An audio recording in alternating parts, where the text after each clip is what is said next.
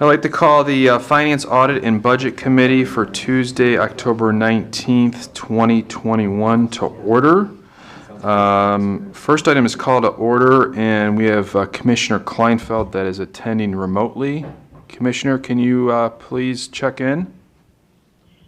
Kleinfeld voting remotely from East Point, Macomb County, Michigan. Thank you. Next item is Pledge of Allegiance. Please rise. Pledge allegiance to the flag of the United States of America and to the republic for which it stands, one nation, under God, indivisible, with liberty and justice for all.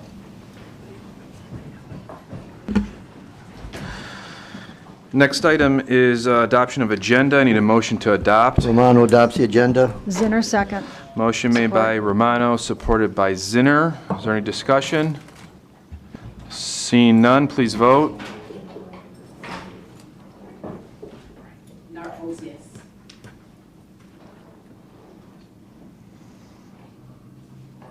Motion passes 11-0. Next item is approval of minutes dated October 12th, 2021. Need a motion to approve. Matuzik moves. Made by Matuzik, supported by Wallace. Any discussion? Yes, Chair, I do have something. Commissioner Song? Thank you, Chair. I was wondering if the staff could update my vote for item number 3. I was experiencing some technical difficulties, but wanted to make sure that was on the record for yes. Thank you, Chair. Thank you, Commissioner. Any other clarification in the minutes? See no other speakers. Please vote.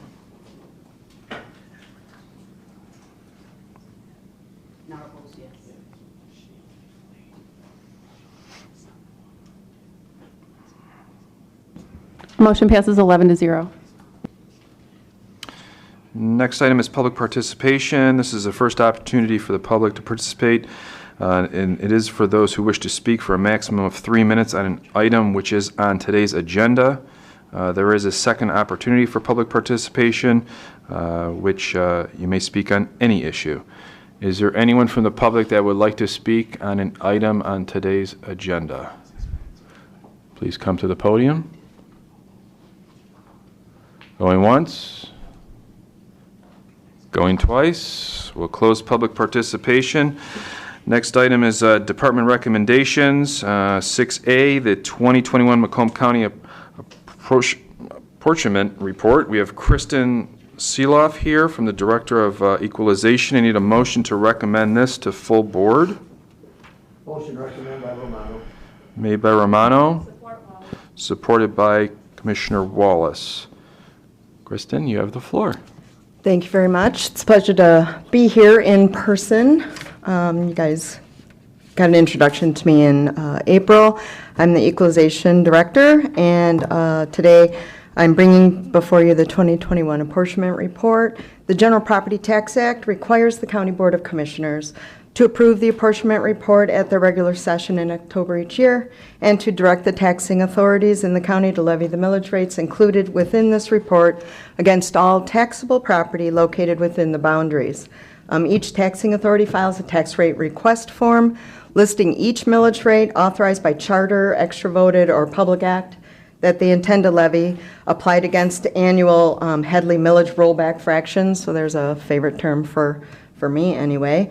The apportionment report summarizes these millage rate requests. So there's a lot of numbers in this report, and trust me, I've checked every single one twice. So I'm just going to kind of highlight some of the ones that you might be interested in. The first 4 pages of the packet, and again, I'm not sure if your packet page numbers match the ones that I noted from this morning, but 11 to 14 area maybe.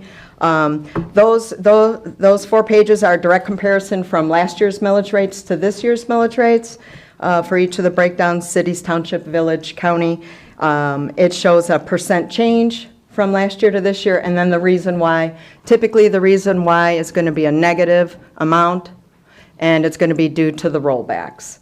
And just so that you guys know, with these rollbacks, there is some legislation being discussed at the state legislature about these rollbacks.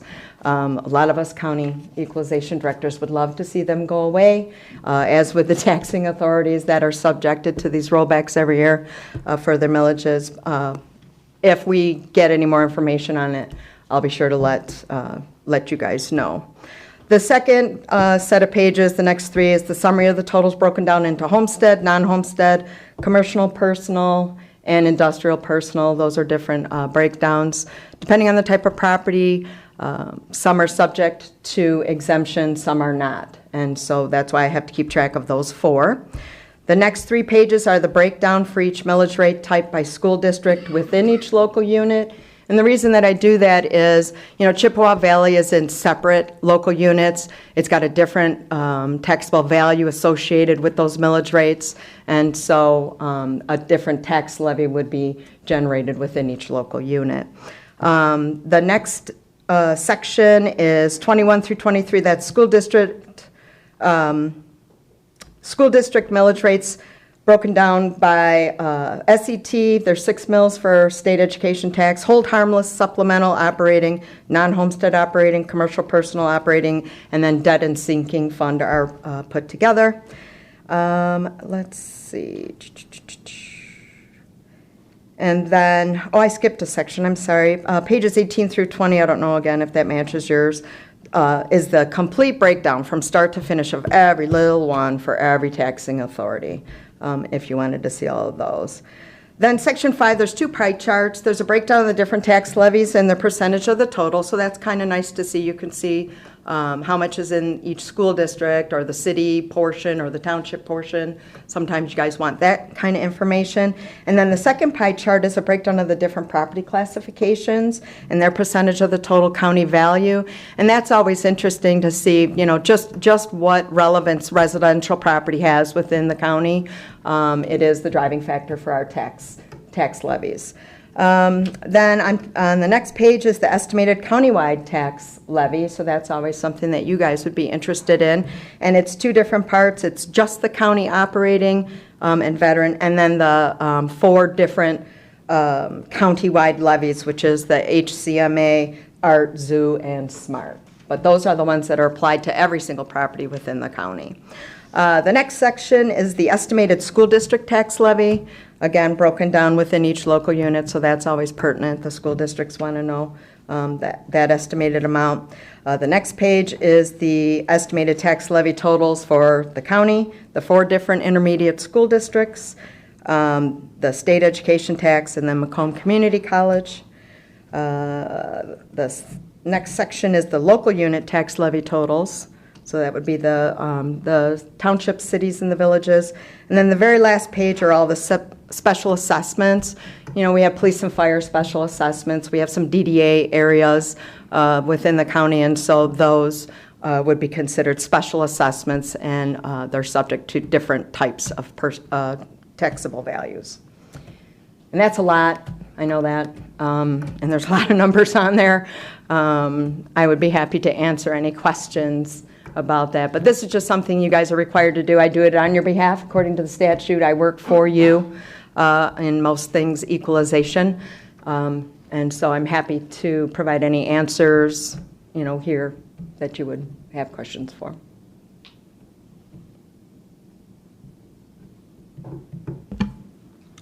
Thank you, Kristen. I see Commissioner Brown.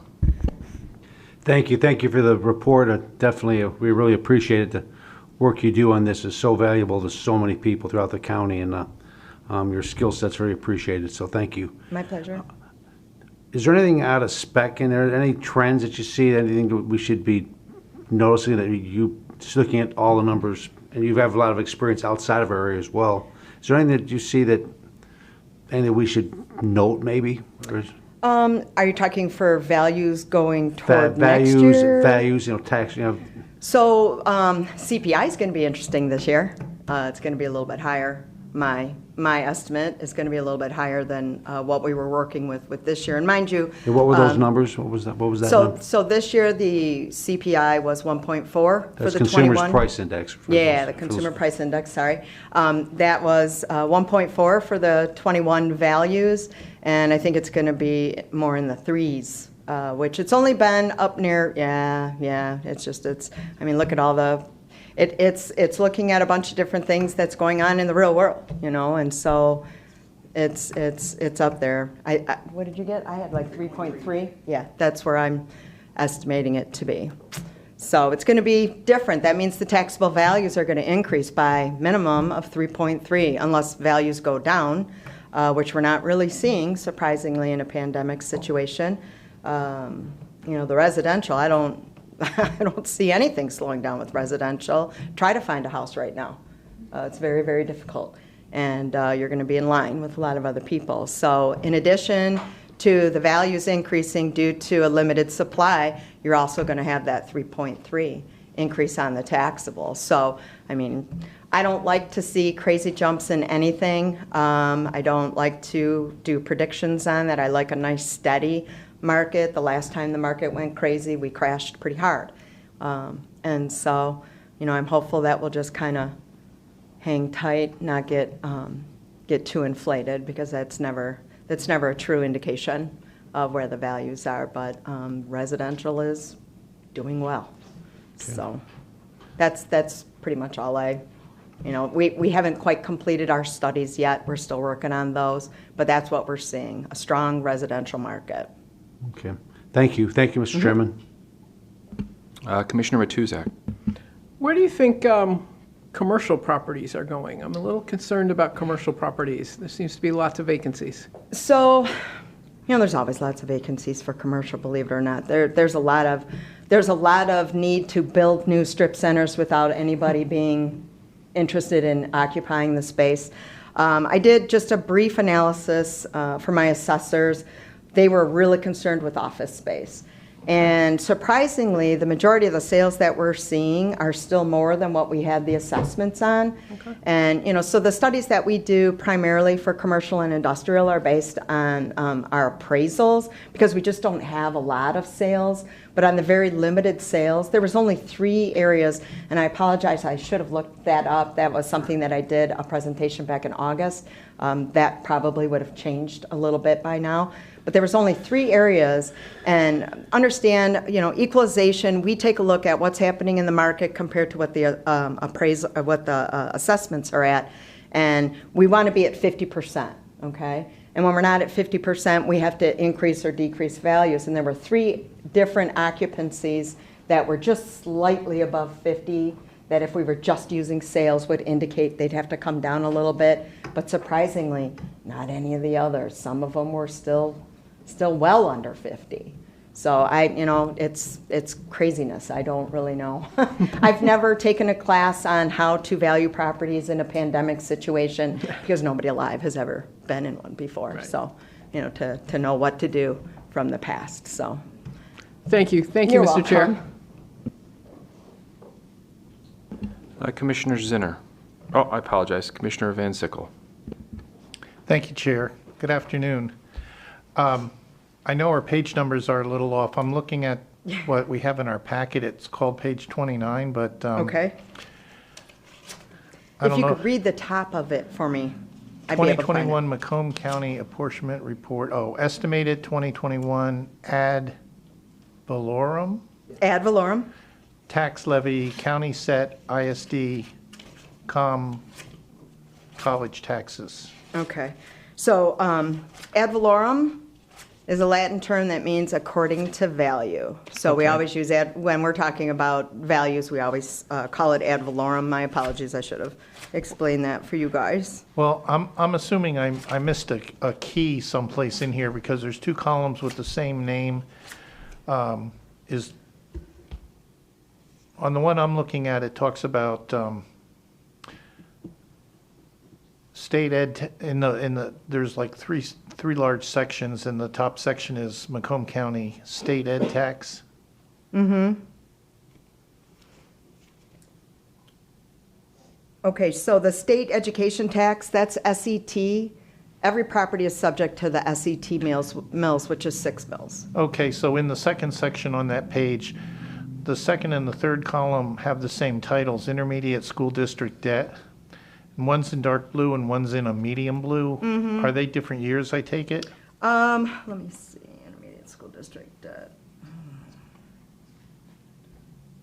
That might be a typo for me, I'm very sorry. Intermediate school district debt. Actually, there's 3 columns Yeah, there, there's all 3 with of the them across. same title. Yeah, that's a good catch. I didn't catch that from last year. Those all cycle in. I'll have to. Okay, because the thing that was confusing me in that whole section across there, if we go to the first column, where it lists Lapeer, Macomb, Oakland, and St. Clair. If I'm reading that right, the other 3 counties are in the tens of millions and we're in 30 billion? Yeah, because we just have a small smidge of Bruce Township that's in Lapeer County. Okay, And then we have a small smidge that's in St. Clair County. And then a little bit more on our western boundary is in Oakland County. okay, But- so that's the part that you're reporting on in those counties, not the whole county. Right, no. Yeah, Okay. there's just a couple of school districts that we have on our border that would be reporting to that other intermediate school district. Okay, and then between columns 2 and 3, because they were the same titles and I was making the assumption they were different years, one has Macomb as 5 million and the other has it as 138 million. But you're indicating that you think the columns are mislabeled? Yeah, I think one is operating and one is debt, to be honest. Those came from, I enter all of these rates into the state e-file site, and then it dumps it into this, and their headings must be wrong. Okay. They must have it programmed wrong. It just comes over from there. Yeah, so if you could check the headings of all these pages and, I could actually grab it right now if you guys wanted me to grab that. well, you I do could have all those just send forms. us updated Okay. pages. Yep. I do have to update this report because there are 3 millages that are up for voter approval on the November election. And so what I'll do is I will mark this page as one that needs to be corrected because the final report is going to change if all 3 of those, which I assume they're going to be, Yeah. they're operating millages. So this whole report will change, every number. So now that I found those, I'll probably look through all the other titles, headings, and so Yep. I would suggest you just do that and Yep. save me the time, and Yep, I will do that for you. thank you very much. Mm-hmm. Thank you, Chair. Commissioner Zinner. Thank you, Chair. Ms. Seeloff, I have a question that probably you either covered or it's probably not even a good question, but I do want to ask it. Thank you so much. I know that we've had office space in Macomb County for several years now.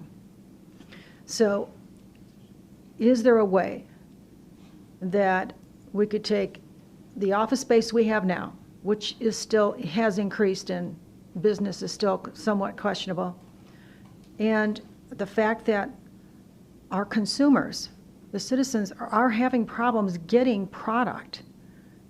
People talk about it all the time. They're not sure when they go to the store if they can get the products they need or whatever. And it's on the news, shop early, and people are shopping early and saying, it's not in the store, maybe I can get it on Amazon, and maybe they probably can't. So I'm not going to be a Debbie Downer here, but the products are not available, and we're concerned about it. People are concerned about it. So if that was one part of a equation versus the higher home cost, which are great for business, is there a way to equal something out there versus the 3.3? So you're talking about 2 different things. I realize that. Inventory, which would be the goods that you're purchasing, are not a taxable for real estate and for real property, like what I do. Inventory is never a taxed thing. It's just the structure, the land that it sits on, and then if there is personal property items like, this podium, the computers, those types of things. But the inventory itself is not something that's included in any of this. The 3.3 is based on statistics from the U.S. Bureau of Labor and Statistics, and it's based on the consumer goods. Yeah, it's based on the purchases over the past 2 years. So, we still have some from last year on there. It's just this year that's kind of skewing it a little bit. And so, with the 3.3, that is what the voters voted for when we passed Proposal A back in 1994. So that's in our state statute. That's how we calculate the CPI. That's how the taxable value is increased. And there's nothing that we can do unless it gets higher than 5. The CPI can only be, it has to be less than 5. So once we creep up past 5, then it gets leveled off at 5. We can never go higher than 5. It's never been higher than 5. Mm-hmm. The last time it was the highest was 4. And that was years ago. Thank you for your explanation. welcome. And you have verbalized the concerns for our citizens as you've been talking. Thank you very much, and thank you, Chair. You're welcome. Commissioner Romano. Thank you, Chair. Good afternoon. Hi. I guess more of a couple of statements, and one was concerning that office space that's available. I've been doing real estate probably now for at least a couple of weeks, more like 50 years. Right now I have 3 centers, 2 in Sterling Heights and 1 in Fraser. One's a tax office that's vacant, one's a small consulting firm that does financial planning, and the other one is an auto leasing company. And they have been vacant, and when contacted to renew their leases, the statements I'm hearing is, we don't need that space anymore because we're all working from home. So that should concern all of us at this point, because naturally we're basing our money on that occupancy. And the other statement I have is that real estate, as I see this guy on TV and I can't think of his name, to refinance your mortgage because real estate is appreciated $20,000 in every home. Well, maybe and has been, but again, I see now my girl checks weekly to see what the trend is. And right now, people are reducing their sale prices by whatever amount, 5, 10. I've seen one as far as $25,000 on the sale price of a home because they're not selling like they used to. Before, you could get a home and have 4, 5, 6 offers within 3 days. Now it's taking 2 and 3 weeks. So that concerns me a little bit. Hopefully, the economy will stand status quo, but I think maybe we ought to brace ourselves a little bit. Just a statement. Well, and that's kind of goes along with what I had said earlier. I never like to see any crazy jumps, nice level, 1.5, 2, normal rate of increase.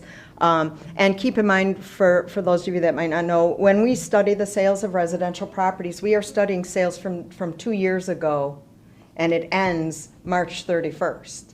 So we're always a delay. So whatever was happening, the values that we're working on right now for 22, the cutoff for those sales was March 31st. So, what's happening now, unless the state determines that we're only going to use a 1-year study, then it's much closer to what's happening now. But we're lagging 2 years behind. So. Thank you, Chair. Thank you, Commissioner. Kristen, actually, it kind of leads me into my question. So based on your report, the actual estimated 2021 levy for the whole county, is that the 137 million you see there? Okay. Just the county, just our stuff. Yes. Just our stuff. It's not the zoo, it's not the art, it's not. So it's just the county. So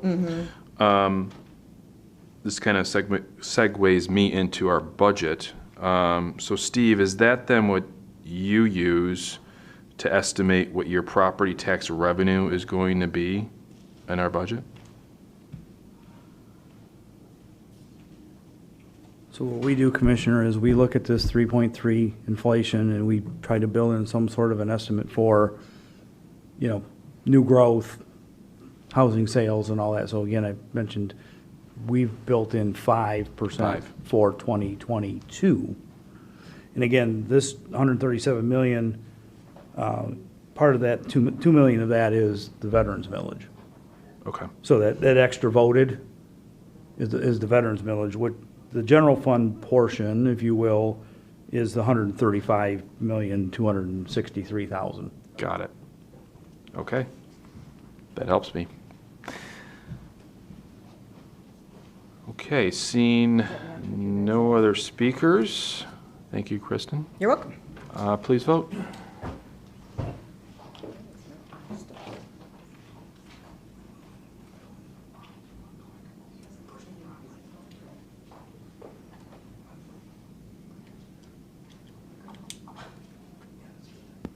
Motion passes 12-0. Next item is purchase of military service time for Stephen Lorway, 27 months. Need a motion to recommend this to full board. So moved by Nard. Support Romano. Motion made by Nard, supported by Romano. Don't see any speakers. Please vote.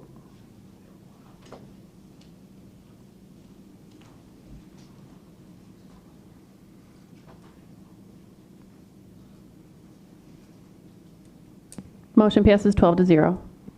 Next item is purchase of a Ricoh high-speed printer for $75,040.29. I need a motion to recommend this to full board. Second, support Zinner. Made by Wallace, supported by Zinner. I think we have, is Larry Lee here from purchasing? Yep, to speak on this. If you can just give us an update, we do have some questions. Absolutely. So this printer we are looking to purchase is actually going to replace two printers in our current print shop that are now outdated. One of them is 9 years old, and they stopped offering updates and maintenance on it about 7 months ago. The second one, and I was trying to find the purchase date, was about 6 or 7 years ago, and they will stop maintaining and providing service to it by the end of this year. Each one of these machines run about $43,000 a piece. We're going to be able to save obviously around $8,000 by combining them into one machine. And on top of that, by going through the My Deal contract, we're saving an additional $35,000 because this machine runs, if we would have bid it out individually from Macomb County, would have cost us around $110,000. We did reach out to Ricoh to see what the price difference if we could have saved it by bidding. So. Beyond that, a couple features that are just benefits on it is now we're going to be able to do books in-house. And as a few of you noticed on our CAFR books, we did have some issues outsourcing them. The tabs didn't line up. Some of the pages weren't correct. So now we're going to be able to keep that in-house and save around $4,000 a year, which if past tense, and sorry, on the machine says anything over 10 years of life, that's $40,000 we'll save versus outsource. So, any questions? First is Commissioner Romano. Yes. Thank you. Good afternoon. Good afternoon. So this Ricoh is a Cadillac of printers, if I'm not mistaken. Yeah, there's not too many businesses that don't use the Ricoh contract for these printers. So I see you mentioned something about we saved, originally it was 100. I'm looking it up and I see it's 76 just as it is without any discounts. Correct. So how many? I have no idea. I know that each department has their own printer. Is that correct? This isn't a department printer. This printer is about the size of... I've seen it. Yeah. So my question is, what do you print? Everything from the flyers for any of the events that are happening to, again, now we'll be able to print CAFR books. A lot of it comes from Health and Human Services for like all the COVID banners. This does not just print a small black and white. On top of, I think the print rate is around 10,000 pages per hour versus most of the printers, even the larger ones that you have in your office, are around 1,000 pages an hour. So I mean, we do quite a bit of work. If you want, I can follow up with all the different. But what would you say on an average you do weekly? Dollar-wise or print-wise? No, page-wise. A lot. I wish I could tell. I mean, every department sends in recs from everything from the sheriff. I'm drawing a blank on the names of some of the forms that said but I can follow up with you. Again, there's not much we're not printing in. I mean, business cards, everything. We don't outsource too much. The things that we were outsourcing prior to this printer were anything that were on sheets larger than a 11 by 13. We're now able to actually be able to print on, I think the now maximum page is 15 by 23 on this. So again, we're going to be able to save a little bit of money on this. And again, I could show you the different prices if we went to the smaller dual machines, if we kept the two black and white printers that we currently have, just replace them individually at around $43,000 a piece.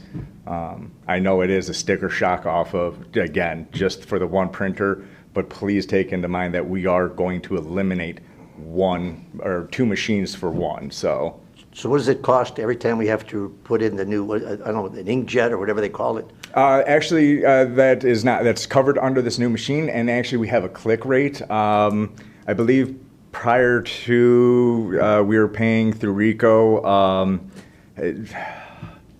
0.003 cents per page that we would print to cover ink cartridges and all that, the toner cartridges. That's this the will cost. actually save us. That's the one I was asking about. Yeah. What does it cost per cartridge? Again, There is no we don't. cost. Yeah, there's no cost. It's included in the maintenance program of this, and that's what I was saying. With the ones that we have now, we had some excess. Once we run out of the toner cartridges, we will no longer be able to supply them for these old machines.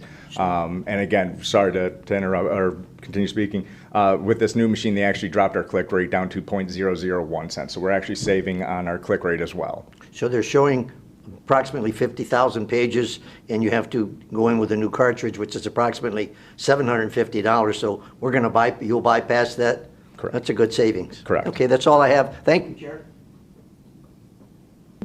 Chair. Commissioner Matuzak. Thank you, Mr. Chair. Just a question. What is the State of Michigan Government Cooperative? That is the My Deal contract. So the state bids out, and obviously the state is much larger than Macomb County, so we're able to piggyback off of their contract without violating our charter or any other purchase. So they extend the exact pricing that they're giving the state of Michigan to us. And So it's a variety of office equipment. Anything that the My vehicles. Deal contract, vehicles, correct. We purchase a lot of our vehicles off of the My Deal contract. There's quite a few things we do piggyback off of that because of the economy of scale, so. Thank you. Thank you, Mr. Chair. Commissioner Farrington. Thank you, Mr. Chair. Thanks for coming in. Commissioner Amano, I was just looking at it. It's a 23% drop on maintenance. 23% decrease on the maintenance, the numbers he was looking at. Did you look into a lease option? This is a lease option. Okay, so Yes. we're leasing it for $75,000? Correct. Yes. So it's not ours. How many years is that lease? Until they stop servicing it. So again, the last ones were 9 years. At the end of the lease, as a capital lease, we get to actually keep it though and decide whether or not. But yes, we technically don't own it. They hold the maintenance on it. They hold it, and that's why. But we're not told how many years that's for? I mean, they could stop servicing it 5 years from now, theoretically, Sadly, or 20 years, sadly, and we pay the same price no matter what. yes. Again, we don't own. As I said, that's how all of our Ricohs are throughout the entire county. It's all part of. I want to be in their business. All right, Yeah. thank you very much.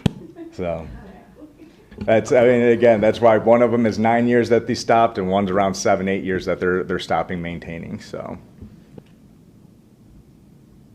Commissioner Farrington, in the information I was provided, it does say in here that the image and service rates are locked in for 60 months. 60? Maybe 5 years. so. Commissioner Van Sickle. Thank you, Chair. So I'm confused. Is this 75,000 for 1 year?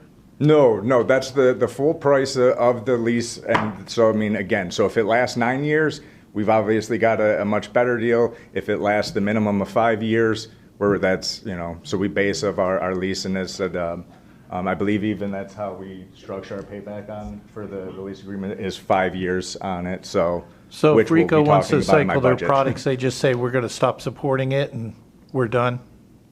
Correct. That sounds like a deal. There's. So if they want to just get more money into the company, they say, okay, we're not servicing the old ones, everybody has to ante up for the new ones? I mean, obviously, yes, they could do that, but I mean, that's the same way with, even automotive. At some point, automotive will stop supporting vehicles, and that's where it goes aftermarket. We could possibly start looking for aftermarket parts on these machines, but then again, we're going to start paying a higher rate for the replacement toners, the parts, trying to find the service mechanics that do that. I mean, that's Xerox. There's no other printer company that operates different, that they would do a sole source and offer any type of deal versus this. That would actually make sense over dollars. And what kind of response time do we get on service? I mean, when you have two printers sitting there, if one goes down, you always have the other one. Same day. Guaranteed? Guaranteed. We've never waited more than a day. Sometimes right now, because of the pandemic, a day and a half, or if a part might have to be overnighted, but we've never went down where we couldn't run a machine within that week and have a job delayed. We've never had to outsource a job to, say, Hatteras or one of our vendors because our machine went down and we couldn't get it fixed. Interesting. Thank you. Thank you, Chair. Commissioner Sung. Thank you, Chair.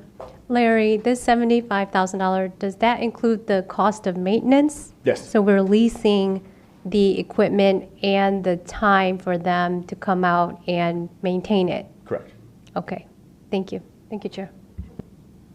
Commissioner Zinner. Thank you, Chair. So how long has this machine or a machine like it been used in offices for the kind of work that you want it for? Sorry, elaborate a little bit. What do you mean, how long has it been used? Yes, has it been used for a year or two, 10 years, 5 years? How long has this machine or a machine like it been used in the public for the kind of work you use it for? You're Well, I going would have to look. I mean, I know the colleges use the same ones. I mean, it's basically the upgraded model that we currently have in our print shop. And as said, the oldest one is now 9 years old, and I mean, our print shop is, longer than. So it's proven. It's been a proven product for you. Correct. Yes. Thank you very much. Thank you, Chair.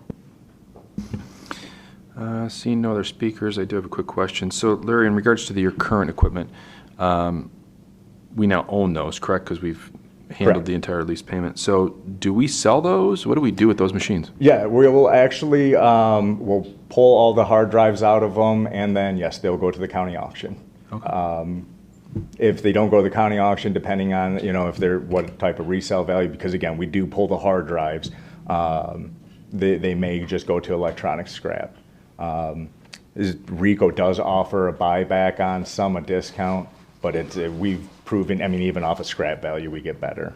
So years ago, when our previous machine, like when those were replaced, is that the same process that was handled previously? Yes, and I think the last one we bought was 2017, 2018. We purchased the color printer. We updated it. So again, this isn't a common thing. And obviously before that was 7, 8 years ago, and then 9+ years ago. So.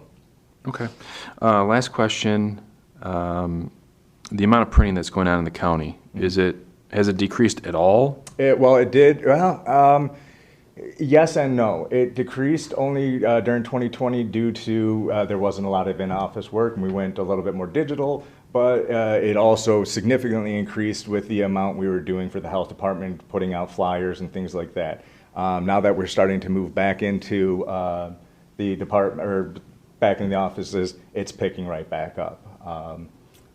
So we'll see. I expect by mid-2022 we'll be back to full running a print shop, and especially again with these capabilities, we'll be able to work with planning a little bit more and prevent a little bit more from being outsourced. So we should see overall a saving in our printing budgets. Okay. Commissioner Van Sickle, second round. Thank you, Chair. So I'm still trying to get my head around the cost here. So for $75,000, we get to use the machine, lease the machine as long as we want. They cover all the maintenance. We have no maintenance charges at all. Correct. And we pay 1/10 of a cent per printed page. Yes.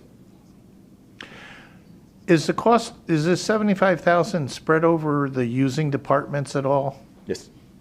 Yeah, we have the printer budget, or print and copier budget, and then we actually charge back each department. So if planning, equalization, anyone puts in a requisition, we charge them back. How much do you charge them back? Depends on the job, but it's not much more than what our average cost is. We figure out the cost for the paper, the maintenance, and everything, and then whatever. I think we charge like a percent or two to cover some admin costs, but yeah, it's a break even. Okay, but none of the 75,000. Steve, we don't, is that, yeah, I'm gonna, come on out.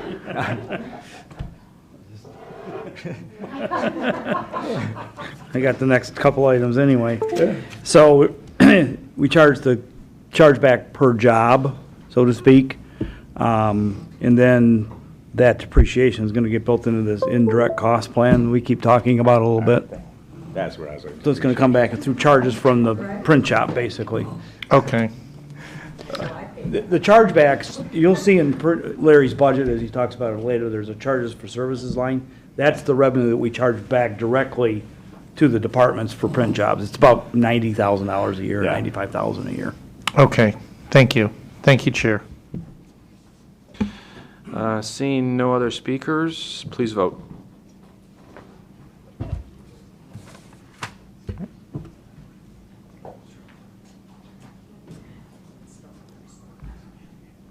Motion passes 12-0.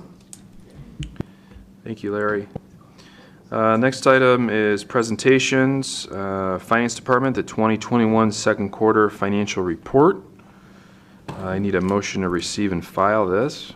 So Farrington. moved by Nard. Yep. Moved by Nard, supported by Farrington. Steve, you have the floor. As per normal, I'm not going to spend a lot of time on this unless commissioners have questions, other than to say, as I mentioned 2 weeks ago in my budget presentation and have mentioned previously throughout the course of the year, that our financial results are trending in a positive direction for the year so far. I don't see any abnormalities or anything of that nature, particularly in the general fund. So if commissioners have specific questions, I'll try to answer them if I can, but things are trending favorably, I guess. I'll continue to say that probably throughout the remainder of the year, hopefully. That's a good report, Steve. I don't see any speakers, so please vote.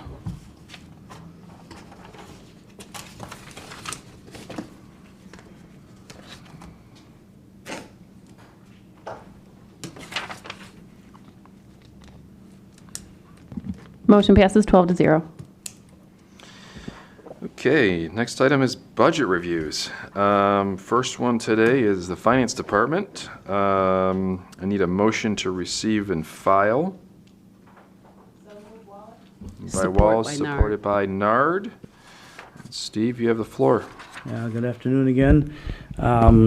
So technically, the Finance Department really has three arms. There's finances, kind of what you think of as classic Finance Department, purchasing, and equalization. You've already had the opportunity to hear from Larry and Kristen today. Equalization and purchasing are fairly autonomous from the Finance Department, if you will. They sort of all roll up to me as at the end of the day, though. So, along with Larry and Kristen, you know, Dave Steitler and my Deputy Director, Steve Adair, who really do all the day-to-day work, along with the accounting manager and all my staff. I have an outstanding staff, make my job much easier. Couldn't do what I do without them. You heard me go on and on about Dave and Steve in the past in terms of preparing the budget book, the annual report, and all those sorts of things. So as it relates to the Finance Department itself, we have a staff of 21 and a half. You'll be hearing that I'm asking, requesting the addition of 2.5 FTEs for 2022. We have 3 folks in administration. That's Steve, myself, and an administrative assistant. We have 11 people in what we call fiscal services, kind of the accounting, the clerical folks, and the fiscal analyst or accountants, if you will. 2 folks in payroll. There's 2 folks in the risk management. There's 2 folks in budget, so there's Dave, and then there's another person that assists Dave, and we have 1.5 FTEs, and I call it systems and support staff. So a lot of support for other departments relative to workflows and Google Smart Sheets and support of the current financial reporting system. So that's what we look like today at one point in time. before the Great Recession, we had 29 folks. So we're down about 25% since we were where we were 10 or 12 years ago. And you'll hear later on, one of the goals for 2022 and a reason for the position request is to start bringing back what used to be an internal audit function, which is where I started my career at the county. So we used to have 5 internal auditors. We basically have none now.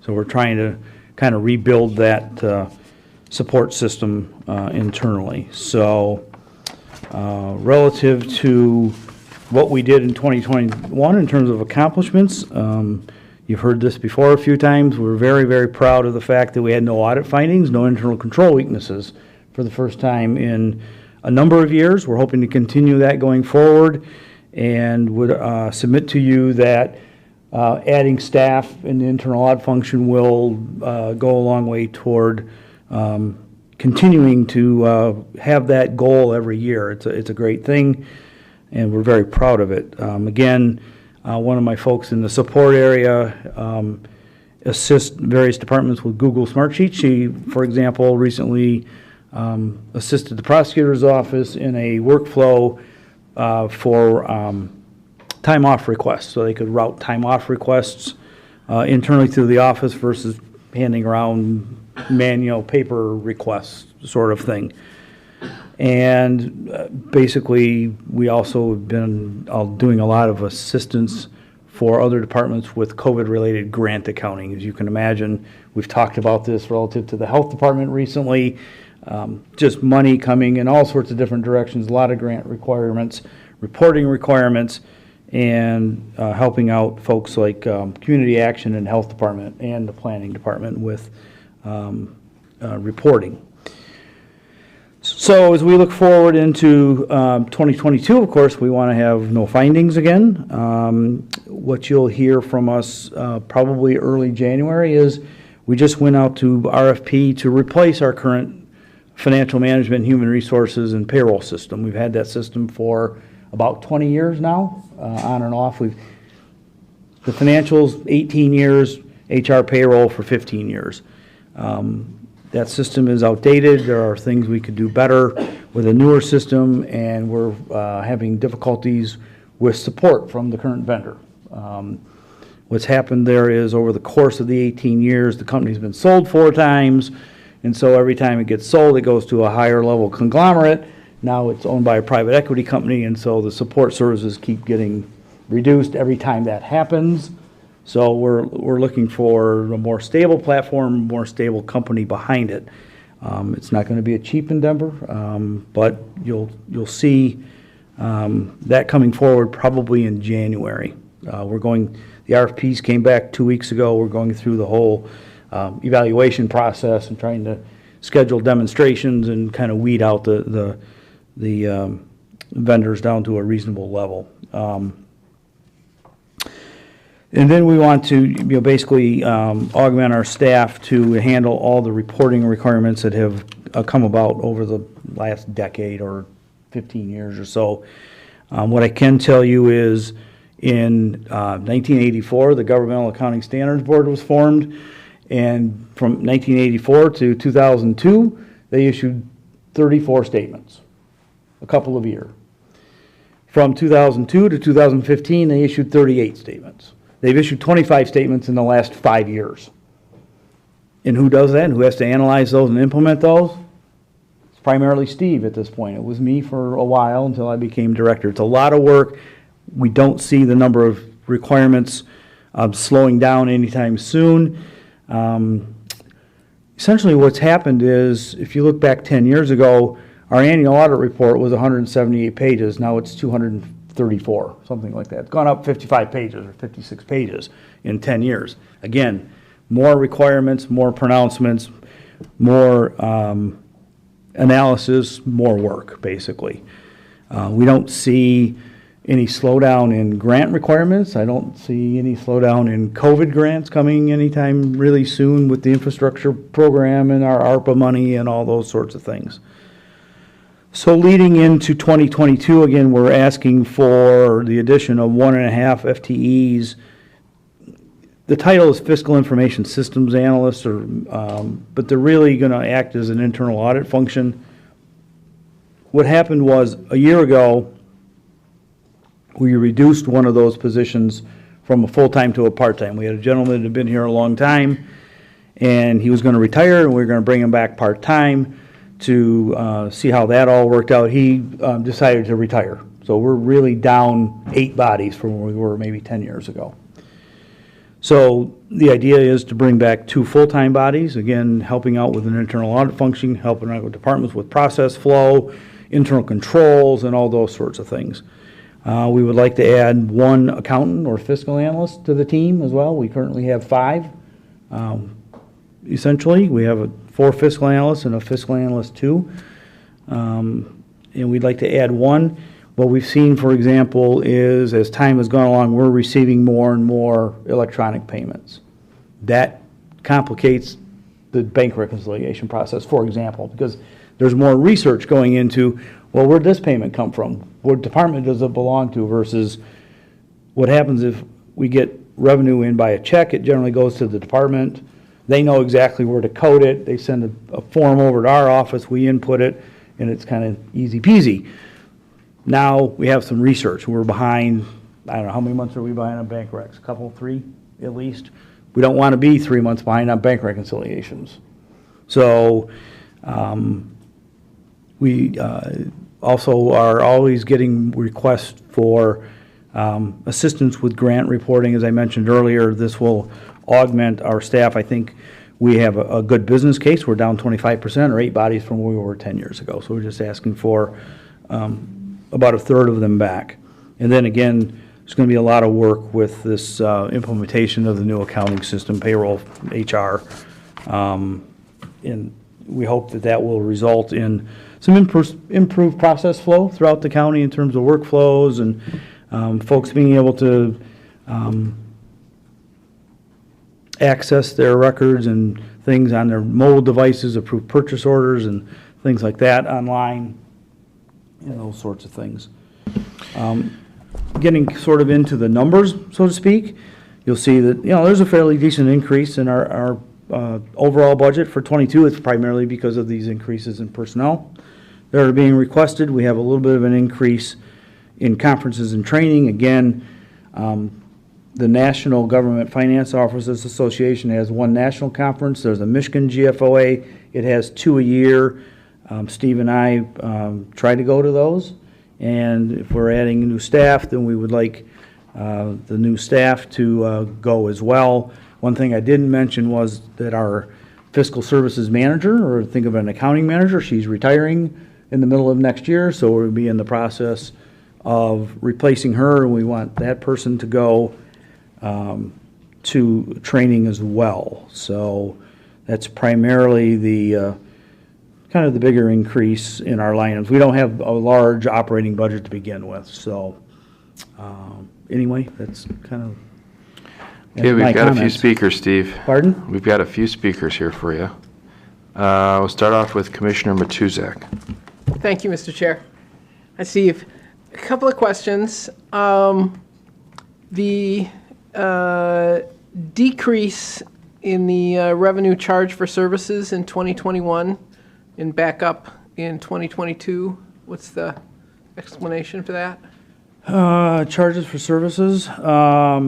So usually what goes in there, and I don't know why we didn't budget it in '21, it would look like either there's a problem either in '21 or going forward.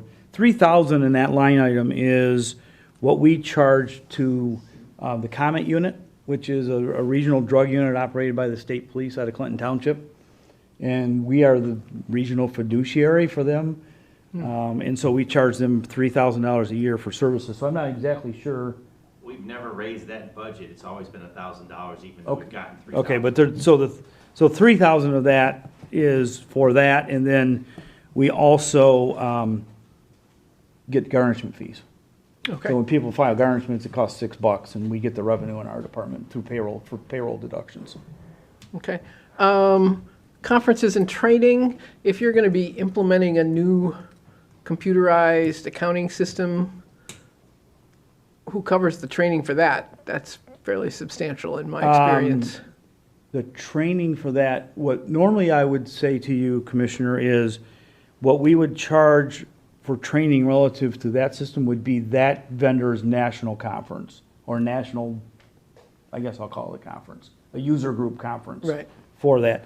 The training will be included in the implementation cost from consultants. Okay, And what will happen is, they will train a core group of us, right. in Andy McKinnon's office, in my office, Larry's office, and it's a train-the-trainer sort of a concept. Right, all right.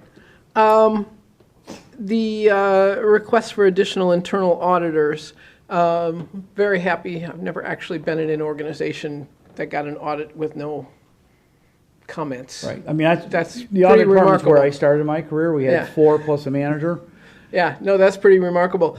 But you did mention during that period that when we discussed the audit, that you anticipated not having a clean audit for the COVID money because it came fast and the rules changed, and we're just going to have some notes about that. I anticipate that. Right. I'm hopeful that they're minimal. Well, I would love it. We're to be trying to minimal. get cliff notes from the auditors and kind of get an idea of what, I know we're gonna have one, I know for sure they're gonna have one. And it's related to what we call subrecipient monitoring and risk assessment on some of our subrecipients. We didn't do that for, the MISD and, Automation Alley. We gave them some COVID. I know we're gonna have one. I don't know about anything else at this point. Well, my question is more related to, there's obviously increased cost in sort of dealing with preparing for that kind of audit and changing things and making it all work. Where is that reflected in your budget? Is it Additional these cost? additional people? It would be the additional people. I mean, what's happening today with all the COVID money, particularly the CARES money, and it'll probably be the same way with the ARPA money, is that Steve and I are doing a lot of the accounting. And if you were to ask me, I shouldn't be doing day-to-day accounting work, basically. Okay. I should be reviewing day-to-day accounting Right. work, and same thing with Steve. Steve does all the CARES reporting, pretty much. Okay, great. Thank you, Mr. Chair. What's that? I'm actually trying to give you kudos and credit.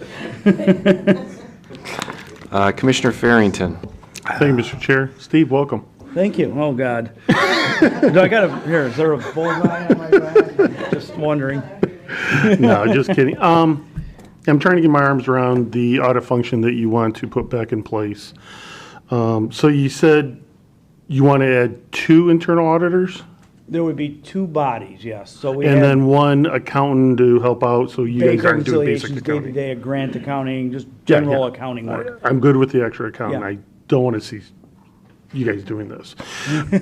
The audit function, though. You said it's listed as an analyst, and you said they're going to do process, so there's process auditing, financial auditing, or IT auditing. Where are those 2 bodies going? They would be not necessarily doing IT auditing, they could get flow over into support of the new system, be more along the lines of doing some trend analysis relative to getting ready for the audit, if you will, as well as if departments would reach out and ask for assistance, well, we want to do this way or something, trying to evaluate whether those processes would have proper internal controls in place. Some more process. More process. Operational audit. Yeah, more operational. Petty cash audits, we really don't, we do some, but we don't do a whole lot. I guess I have trouble looking at that as a positive placement of resources when you guys are so exceptional already. I mean, you haven't, the audit's been coming up clean, and yet you want to add, and I get it from a CFO, Director of Finance perspective, you want it clean all the time, but you've been doing that already without spending on 2 additional bodies. So I guess Well, I'm hesitant in we've that had a regard. number of findings over the years, recently. nothing that bad. I mean, you guys have run a heck of a good department. Things could turn bad. I mean, you never know. I mean, I just. Only if you're doing the accounting, though. What's that? The internal services looks like, and I didn't compare, it looks like it's not as big of an increase as a lot of the other departments. Why would that be? What is that? That's 30, about 8% maybe, something along those lines? Mm-hmm. Something along, I know some departments are upwards of 10 or 11. I don't, I'll have to look in that. Okay, I was just Yeah. curious if there's. Depends on what departments it's coming from in terms of use. You don't need to get back to Yeah. me. Thank you. Okay. Appreciate it, Mr. Chair. Thank you. Commissioner Kleinfeld. Sorry about that. Steve, your goal on the new enterprise resource platform, it's listed as a goal for this year, and it's listed as in the 3-year outlook, 2022 to 24. Is that going to show up in your capital outlay, or will that be in IT or It'll be, our regular? it would be on the IT capital plan. Okay. Yeah. All right, that's all I have. Thank you. And Commissioner, if I can interject, so what you'll see is, if you look at the 2022 through 2026 capital plan, it's not on there. If you look at 2022 a year ago, or 2021 a year ago, I can't remember, it was on then. What we were hoping to be able to do was swap out the boathouse project with that project in 2021. And we were hoping to be able to get through the whole RFP process, come to the board with a recommendation in November or December, and fund it out of this year's capital plan. It doesn't look like we're gonna get there. It looks like we're gonna have to, by the time we do all our due diligence and come with a strong recommendation, it'll be January. So we'll have money that's being saved, so to speak, in 2021 that we'll ask to be reappropriated in 2022. Or I'm toying with the idea of coming back to you if we have a decent idea who we're going with to appropriate it from 2021 without a formal request. So either way, it's not Okay, really so- on a capital plan so- at this point. You charge like the electricity and all of that back to the departments, correct?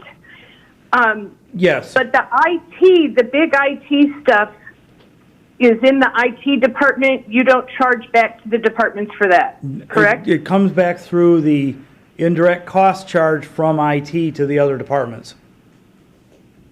So Okay. if you look at what we have today, the one solution system, there's annual maintenance of, I think it's somewhere around $300,000. And that's reallocated or charged out to departments based on number of transactions in the system, essentially. But it's all charged back through the indirect cost plan. Okay, I don't have my physical budget yet because I haven't been there. So how much are you expecting that system to cost? We had it on the capital plan for around 4 million. But we're still evaluating responses. Okay. All right, thank you, Chair. Commissioner Romano. Thank you, Chair. Mr. Schmiegel. Commissioner? Are you the same Mr. Schmiegel that stood at that podium last year and we cut everybody 5%? And you said, we have to do more with less? You the same Steve Schmiegel? Said I that? think I am, yeah. I think you are, okay. So, But not 25% less, I would no, say. 5%. Well, Steve, what I'm looking, and again, I don't want to nitpick, and honestly, I don't want to micromanage, but I'm looking at your conferences and training, and I see where you went from, 20 to 2021 to 7,500. 90% of the conferences were on Zoom. Can you give me an idea where this money was spent? I mean, have you used it up? How much is left? You have any idea? For this year? Well, you got Yeah, we have- $7,500 for 2021. The GFOA conference has been on Zoom. We're anticipating that in 2022, some of these conferences will be back in person. Absolutely. I would submit to you very strongly that, and maybe I'm speaking for myself, that going to a conference is much more effective in person than it is by Zoom. I agree. So how much have you spent thus far this year for your conferences? Any idea? Not much, See? because we haven't traveled. So if you didn't spend much, you got a lot left over, right? Well, yeah, we probably had 5,000 or so, well, it's 7,500. Well, yeah, For you this must have- year, yeah. Again, I'm looking at 2022, you're looking for 10,000. What are you going to do with the money that's left over from this year? That lapses and falls into fund balance. Okay, it'll lapse and go into fund balance. Yeah, we don't carry money over from any particular operating line item in any department. It doesn't, I this got year's it, I savings got it. doesn't flow over to Goes next year. back in fund balance. Yep, goes into fund balance. Let you off easy this time. Thanks, Steve. Appreciate it. Thank you, You're Chair. welcome. Okay, seeing no one else on the first round, I have got a quick question, Steve. So the 2.5 FTEs requested, so is that 2 internal auditors? It's Or- or is it's it really one- taking it's restoring funding for the half, Okay, adding another. okay. So we get 2 bodies. 2 bodies. Because the one guy retired. so Are they we- 2 internal auditors, or is one finance analyst and one is an They're internal both- auditor? They're both going to be titled Fiscal Information Systems Managers. They're going to function as internal auditors. Okay, Years and years and years ago, we had internal auditor as a title, Mm-hmm. and it just went away over time. okay. And then you said the software was in the capital improvement plan, I think it under was- IT? Not for 22 through 26. Oh, it is not, okay, Right, because again, we were going to, got the it. plan was to have a recommendation next month or the following month and fund it from 2021. And the money there was going to come from the boathouse project because that got pushed from 21 to 22. So it's not in here, and what's the total cost of that estimated? We are estimating 4 million. It could be upwards of 5. It depends on what system you buy and what the implementation partner is and, you know, how many hours are going to be involved. We've only had the RFPs for 2 weeks, so we haven't really So, deciphered all that information. just clarify yet. this for me. If it's going to be happening in the next 5 years, why isn't it in the plan? Pardon? If it's going to be happening in the next 5 years, why is it not in the plan for $4 Because we're million? going to- The way the plan is designed is to fund projects in the year that they're approved. So the idea of it being approved this year means it's not in 22 through 26. Right, but I mean, a lot of these projects are not going to happen in 22 or 23. I mean, that's inevitable. I mean, that could change, but I mean, if you're looking for $4 million here in the next 5 years, I think it should be in here, Well, we're looking- theoretically. Again, we were going to look for it for this year. When we submitted that plan to you, Mm-hmm. the idea was that we would be asking for the $4 or $5 million in 2021, not 22. So that's a plan that can be amended before the end of the year. Okay. And what would happen is, it would come essentially from the funding source would be prior year fund balance, more or less. Second round, Commissioner Farrington. Thank you, Mr. Chair. Sorry, I meant to ask this before. Roughly speaking, what's the allocation for the one accounting person? What's the allocation for the 2 audit people? I think the 2 audit folks is 189,000 and about 68,000 for the fiscal analyst. And about 58, you said? 68. All right. Thank you very much. Thank you, Mr. Chair. Okay, seeing no other speakers, please vote.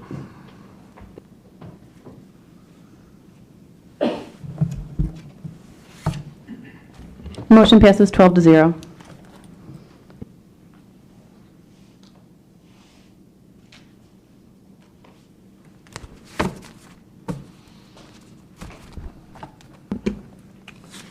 Okay, next item is equalization. Kristen, still here, didn't leave. Need a motion to receive and file? So moved by Nard. Support Farrington. Made by Nard, supported by Commissioner Farrington. Kristen, you're... So hello again. I have a very small department. There's 10 of us all together, 3 managers. I have 4 appraisers, and I have 3 clerical. When you consider the size of our county and in comparison to other counties, we are quite small. I mean, I have less people in my department than St. Clair County does. St. Clair County has approximately the same number of parcels as the city of Warren. So we run pretty lean. but I have the best staff in the state, and I'll put them up against anybody. I am absolutely nothing without them. I have said that every single year since I've been the equalization director. I am only as good as they make me look. We might appear to be a little top-heavy with the managers and supervisors, but you have to kind of understand there are two segments to equalization. We have real property, which are the buildings, the structures, and the land, and then there's personal property. The real property manager supervises all of the appraisers and all of the clerical, and the personal property manager, she's on her own. She's auditing. She is reviewing personal property statements. And she reviews around 3,000 records herself every year and does actual audits. So it seems like it's kind of on the top heavy, but they do have distinct and very different job duties. I'm probably the least important person in the department, to be quite honest. They do all the work, give it to me, summarize it, I make it pretty and give it to you. But they're all certified. In the past, we had just clerical people. I kind of demanded that they be certified because the clerical people, even though they're the lowest on the rung in the department ladder, they are the ones that are processing the sales, the residential sales. And as I talked about a little bit earlier, it's the residential values that drive pretty much all the budgets of every taxing authority in this county. So those three individuals are probably as important or more important than me. In regards to our expenditures, our supplies, our conferences, our repairs, maintenance, all that other stuff in there, it's interesting if you look at our charges for services, the better we get, the more we're able to provide. And look at that jump there. Last year, we sold our database and our information to a lot more people than normal. That was pretty surprising, and I say, come one, come all. We'll give it to you, whatever you want, but you got to pay for it. In the past, we didn't charge very much, but that's a lot of data. It's a lot of work. It takes, when you have 360,000 parcels, it takes days to create a report out of that. And so it's pretty involved, and so we're starting to charge for that, and we're starting to see a little bit more revenue for you guys. So the 7, that we're looking at for 22, it could very well be 28 again. We are selling that stuff to anybody that wants it. We've been very busy with doing some conversions this year for 21 was the first year that we've had a combined database of all the values where I was actually able to produce statutory required reports for Lansing, for you guys, but ultimately for Lansing, out of the database that we use. That's never been done before, and kudos to the people in my department that made that happen. A lot of collaboration with all the local units. That's been a thing in Macomb County. I've been here for 6 years, and every local unit does it different.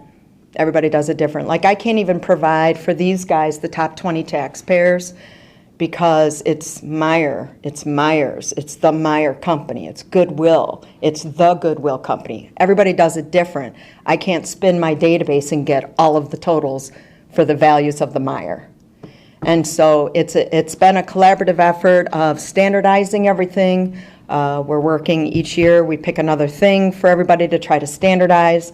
And then, of course, the state has determined several things that we had to do, and as you'll see, or maybe it was mentioned in my biggest year accomplishment, there are 2 phases for CAMA data standards that the State Tax Commission has implemented. We were instrumental in helping the local units get through phase 1, and phase 2 is happening right now. It happened in May, and so everybody got through it, and the state just keeps throwing those things at us. They are creating a brand new system that, keep fingers crossed, doesn't blow up on them when everybody starts sending everything electronically. We're hopeful that the system will be able to handle all of the counties sending all of that stuff. We'll see here in the next couple months if it blows up or not. But so it's just we run a lean operation. We don't have a big supply budget. The biggest thing that we have is, of course, our personnel costs because we have the 10. But, the conferences and training, we're 7,500 too. I find a lot of value in those for not only me, but the support staff this year because I was not able to go to a conference due to a personal situation for me. We then allocated that money for somebody else to take a class and to do some training off-site that normally wouldn't have been available to them. So that's important. We have a certain number of educational hours that we have to maintain every year in order to keep our certifications. And again, all of my staff is certified. So it's nice to be able to go to those things. I used to teach those courses, and there's nothing like being in person rather than virtual. So, I don't know what else I can say. But we're pretty lean. We're a pretty lean department, and I'm very thankful that you didn't ask me to make a cut of 5% because that's person for me. I don't have enough supplies to make up that difference. So, but I'd be happy to answer any questions you may have about what my staff does or my budget. Okay, I don't see any speakers, but I do have a couple of questions. First of all, in your department, which is obviously all staff, from 19 to this recommended budget, you're down 2 FTEs. So that's pretty impressive. My only question, just with follow-up that I would like to see, is just your conferences and training. You've doubled your budget, but you didn't provide us what you want to do in that line item. So if you could follow up with our staff and let us know specifically, because what we have here, we don't have your questionnaire filled out, so we don't know what you want training on. Oh, did I not fill that out? The training stuff, the conferences? So you got time, just get it to our staff if you Yeah, could, just so okay. we know what the $7,500 is for specifically. Oh, okay. Seeing no other speakers, please vote.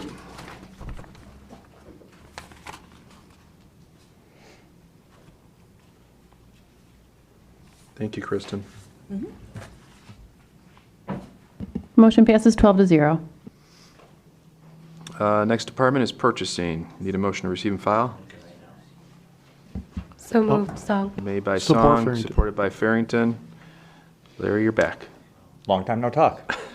So mine's pretty simple. I'll leave it short and just open for questions. The big request we're asking is related to the printer copier fund, and that's just to repay our lease throughout the year for depreciation. So beyond that, you can see, our travel expense, everything else is pretty low.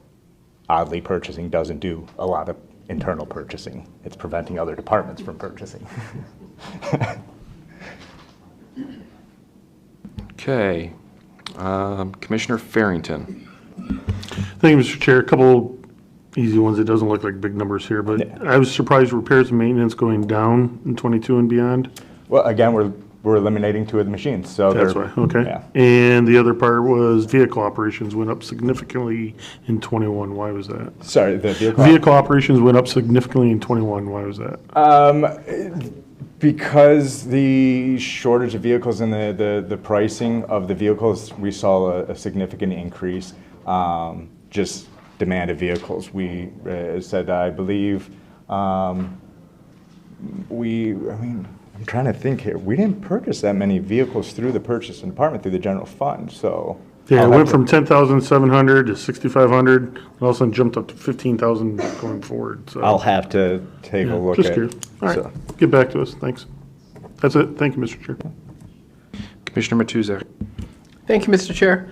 Under revenues, charges for services, the 2021 is significantly higher than the previous year, or what you're asking for this time? Again, 2020, we were operating under the, COVID, so there was not a lot going on. So 2021, we're looking to hopefully get back to a state of normalcy. Well, I guess I'm questioning what the normalcy is.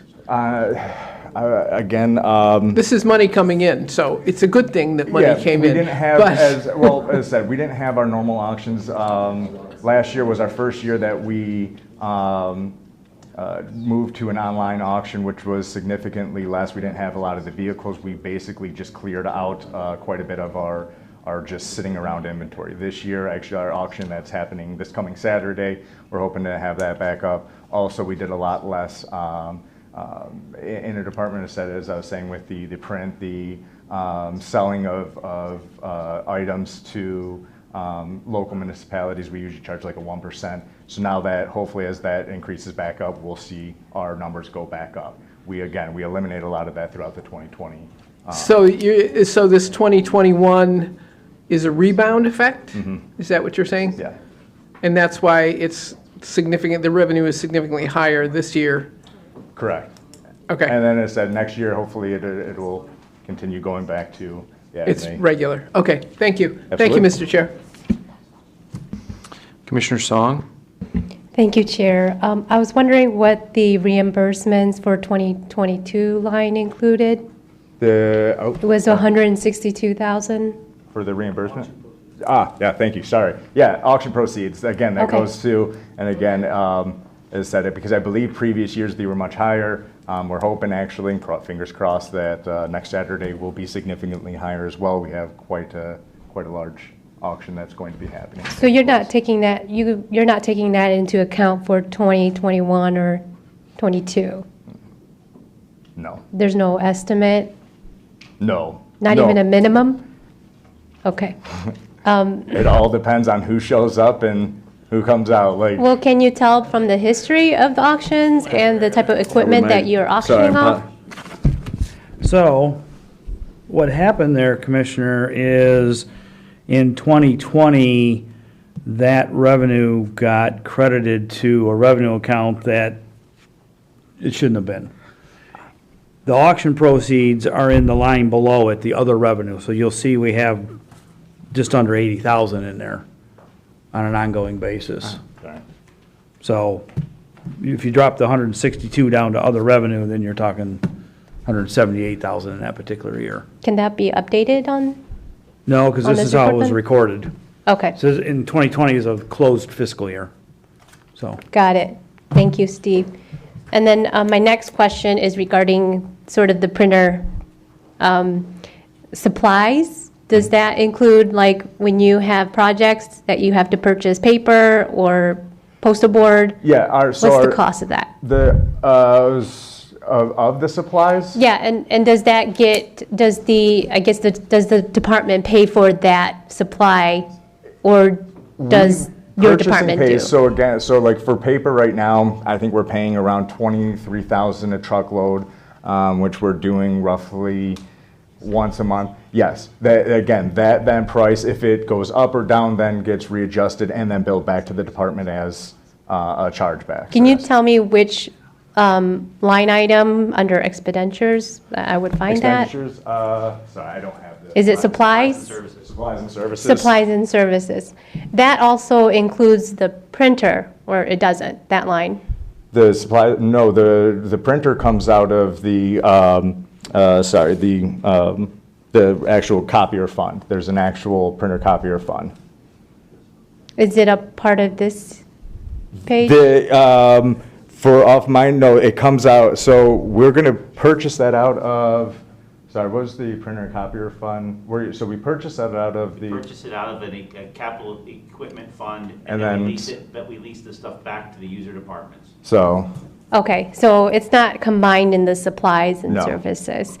Okay, because if you have this new printer that can do, high output projects, like, are you anticipating that you're going to need more? and we did ask supplies. for a small increase on the supplies. I want to say I believe we increased it to the 10,250. I think before it was around 9,000 something previous years. Just again, because we're going to, I don't see that we'll do much more, a significant amount of volume. It's just going to take, with the new printer, it's going to take less time.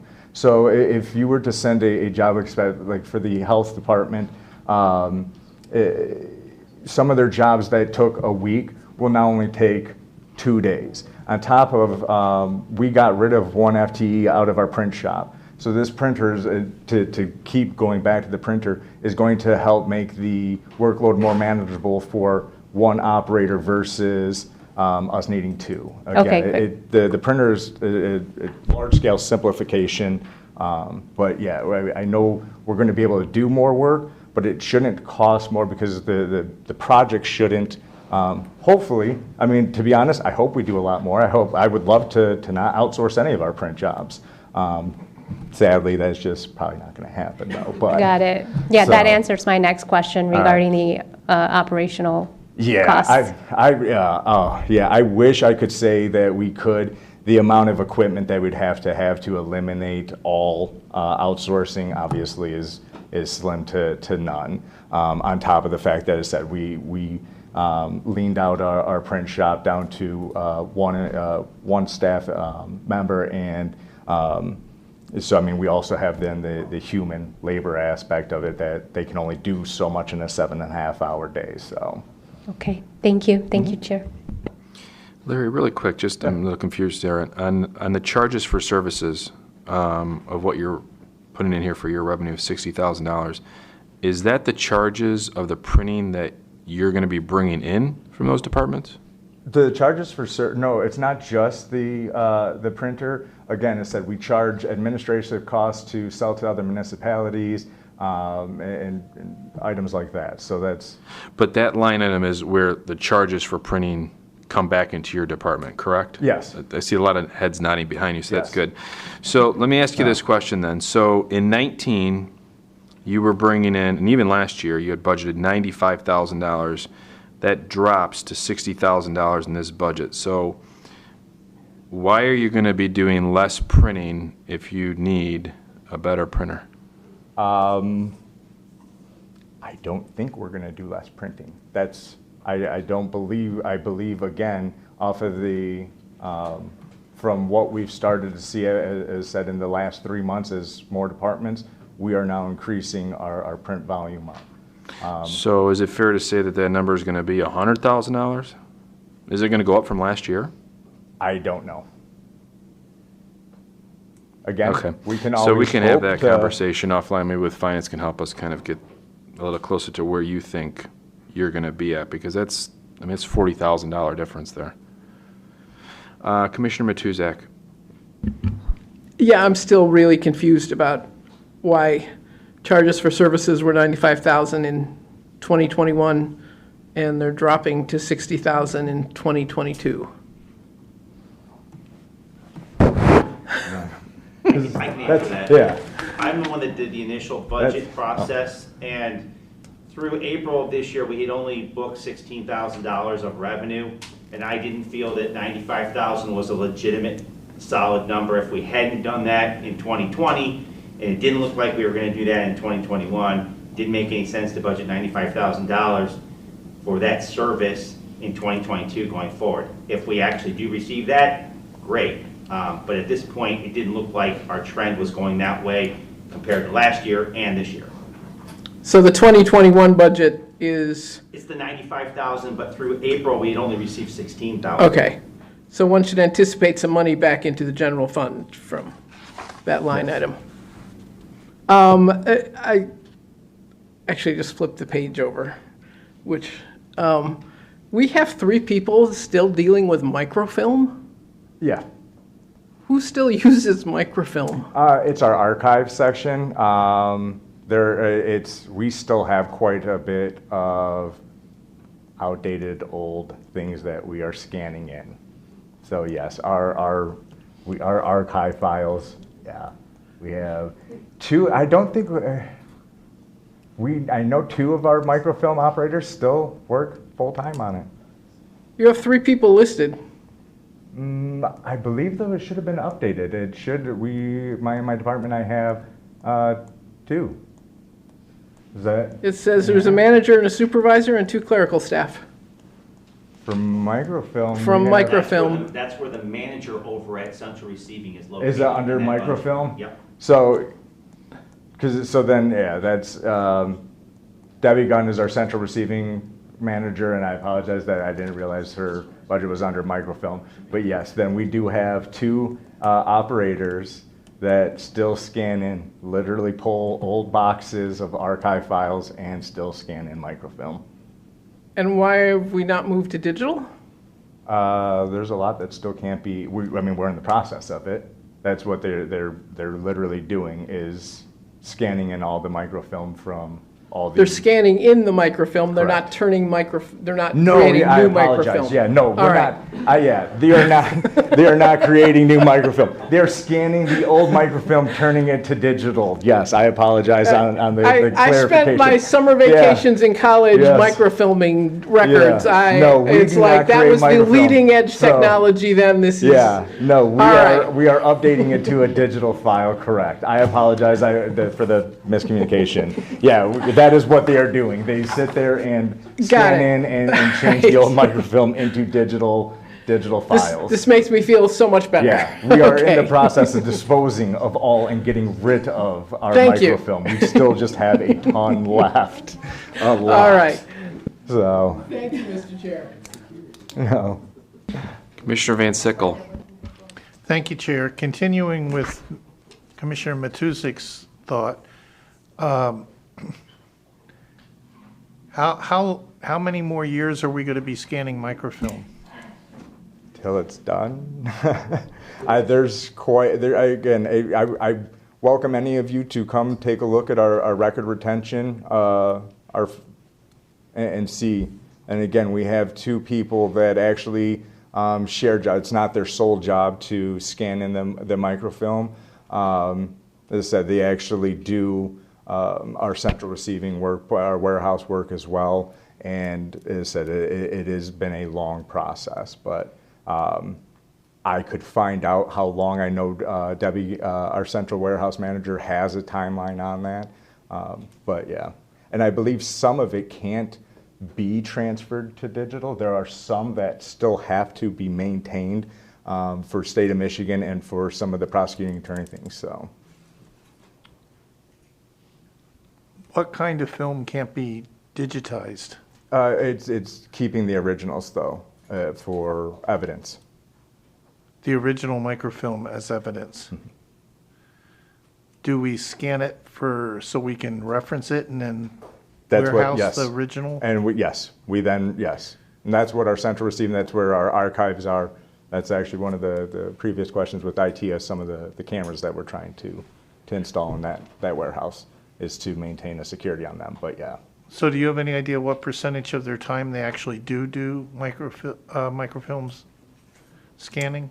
So one of the staff full-time is probably about 60% of the time. He helps out as people call off, because again, our warehouse is pretty lean. Our full warehouse consists of a warehouse manager, a delivery driver, the assistant to the warehouse manager, and then the two microfilm operators that actually help pull inventory tickets as well. But yeah, so that is another reason it is a slow process, is because they are kind of duties as assigned, helping out in our warehouse. Well, generally, to accomplish something, you have to know where you are and where you need to get to. So I'm very surprised you don't have any idea how much more of this microfilm we have to scan. And again, my central warehouse manager would. I can find that out and have an answer to you before, I can literally grab my phone and give you an answer on that. But again, it's also there's, rows. I do encourage you to come take a look at our central warehouse to see how many files they're going to have to pull, because they have to pull each one, and each one it's not as clean. It's been an ongoing project, and again, I want to say, prior to me becoming the purchase manager years ago, they had 4. I believe they were even outsourced some microfilm scanners trying to get it all done, and we're now down to the 2. So we are wrapping it up. I couldn't tell you how much left we have, though. I couldn't say there's 20% left of our files. And though this budget is under the microfilm, again, they are now reclassed as not microfilm operators, but our general support for our warehouse. They're just finishing off, and will then, after the microfilm project is done, will be our warehouse staff. So, For the microfilm that you have to keep for evidence, does that have any kind of environmental requirements for storage? yeah, they have to be in the temperature controlled. So that's, again, why they're at our central warehouse versus buying a semi-truck trailer and putting some of these in there. Yes, they do have to be temperature controlled. They have to have a specific fire retardant system and everything over these files. Just in general terms, how big of a storage area is that? Is that the size of a refrigerator or a tractor trailer? How big? For just the microfilm? Yeah, that needs... The issue again comes to where they're at. So where they're not, say, these microfilm are just on this slot and everything else. So it all depends on the case, how they were, literally filed away. Again, it's a giant library. I want to say that area is over 20,000 square foot. What is the warehouse? The warehouse is 105. So, I want to say just on file retention area is over 20,000 square foot. So, as I said, they're not just off by themselves. So all 20,000 square feet is environmentally controlled? Correct. That entire warehouse is, yes. It has specific, especially over the files. I would think that we'd have some cost savings as we can push to get rid of the microfilm.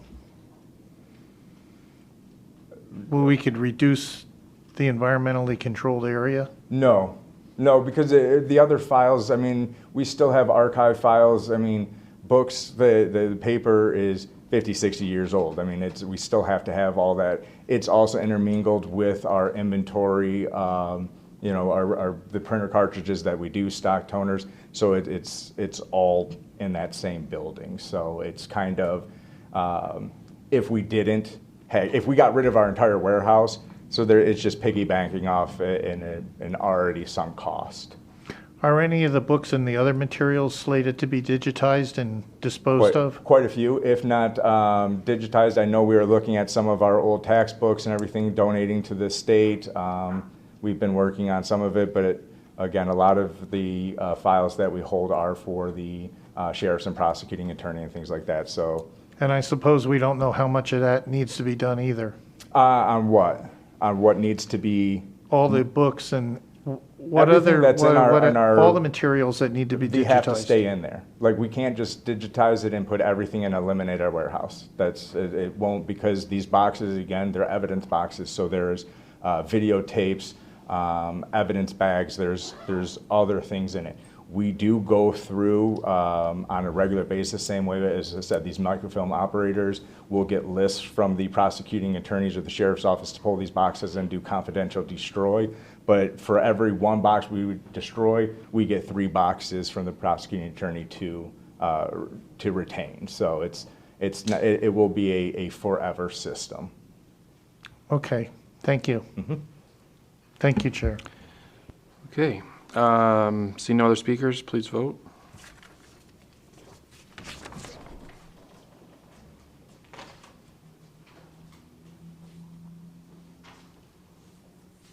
Motion passes 11-0. Okay, the next 4 items Steve is going to be speaking on, so I'll take a motion to receive and file appropriations, non-departmental, operating transfers, and debt service all together. Motion to receive and file, Farrington. Support by Nard. Motion made by Farrington, supported by Romano.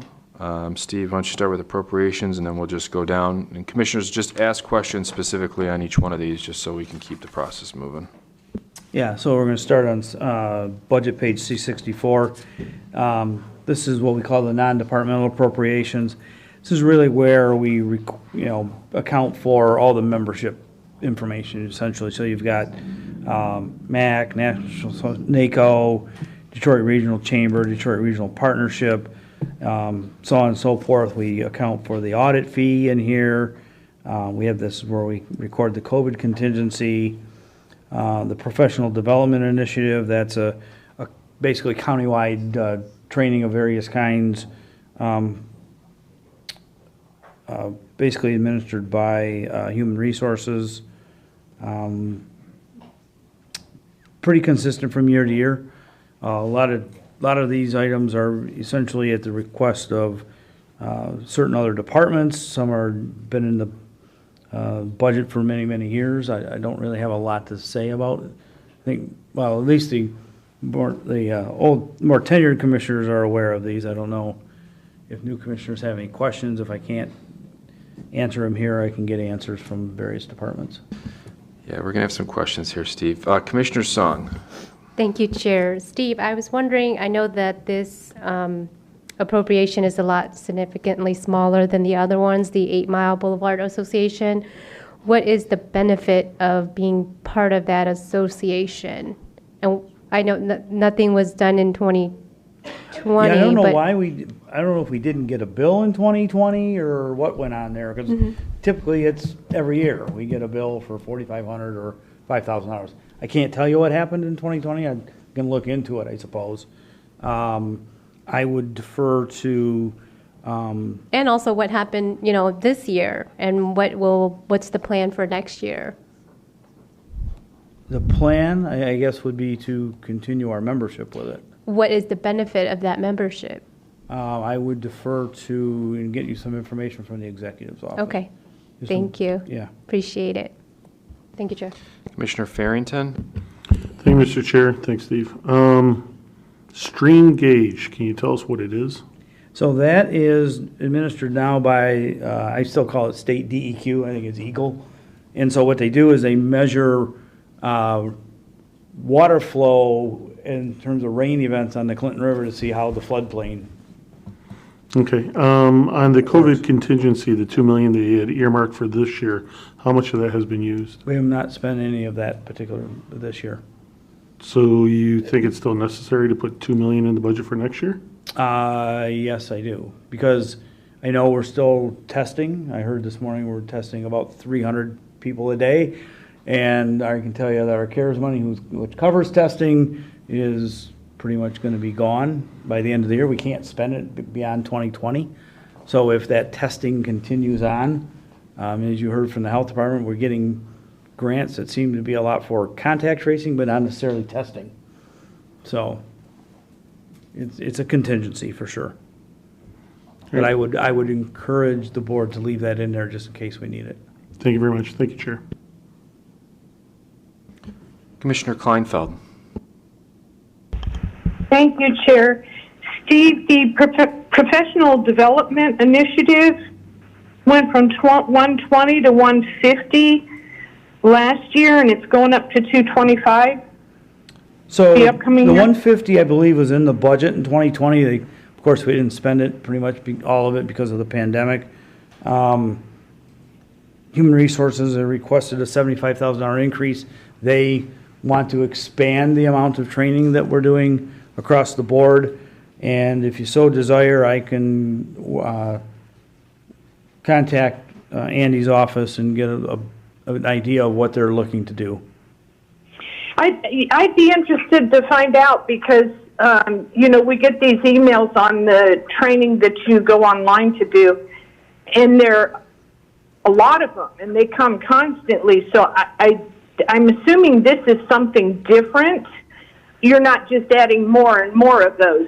Because I think if you were doing them every day, you would start to not retain what you're learning, Right. So I'd be interested to find out specifically what he's looking into doing. Yeah, I can get that information for you, Commissioner.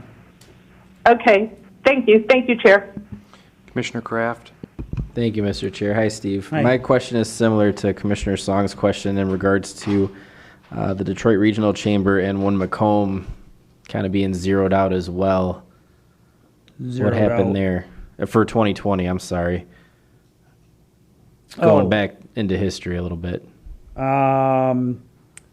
We used to have the membership with the Detroit Regional Chamber, and that sort of split into these two things. And again, I will look into that for you.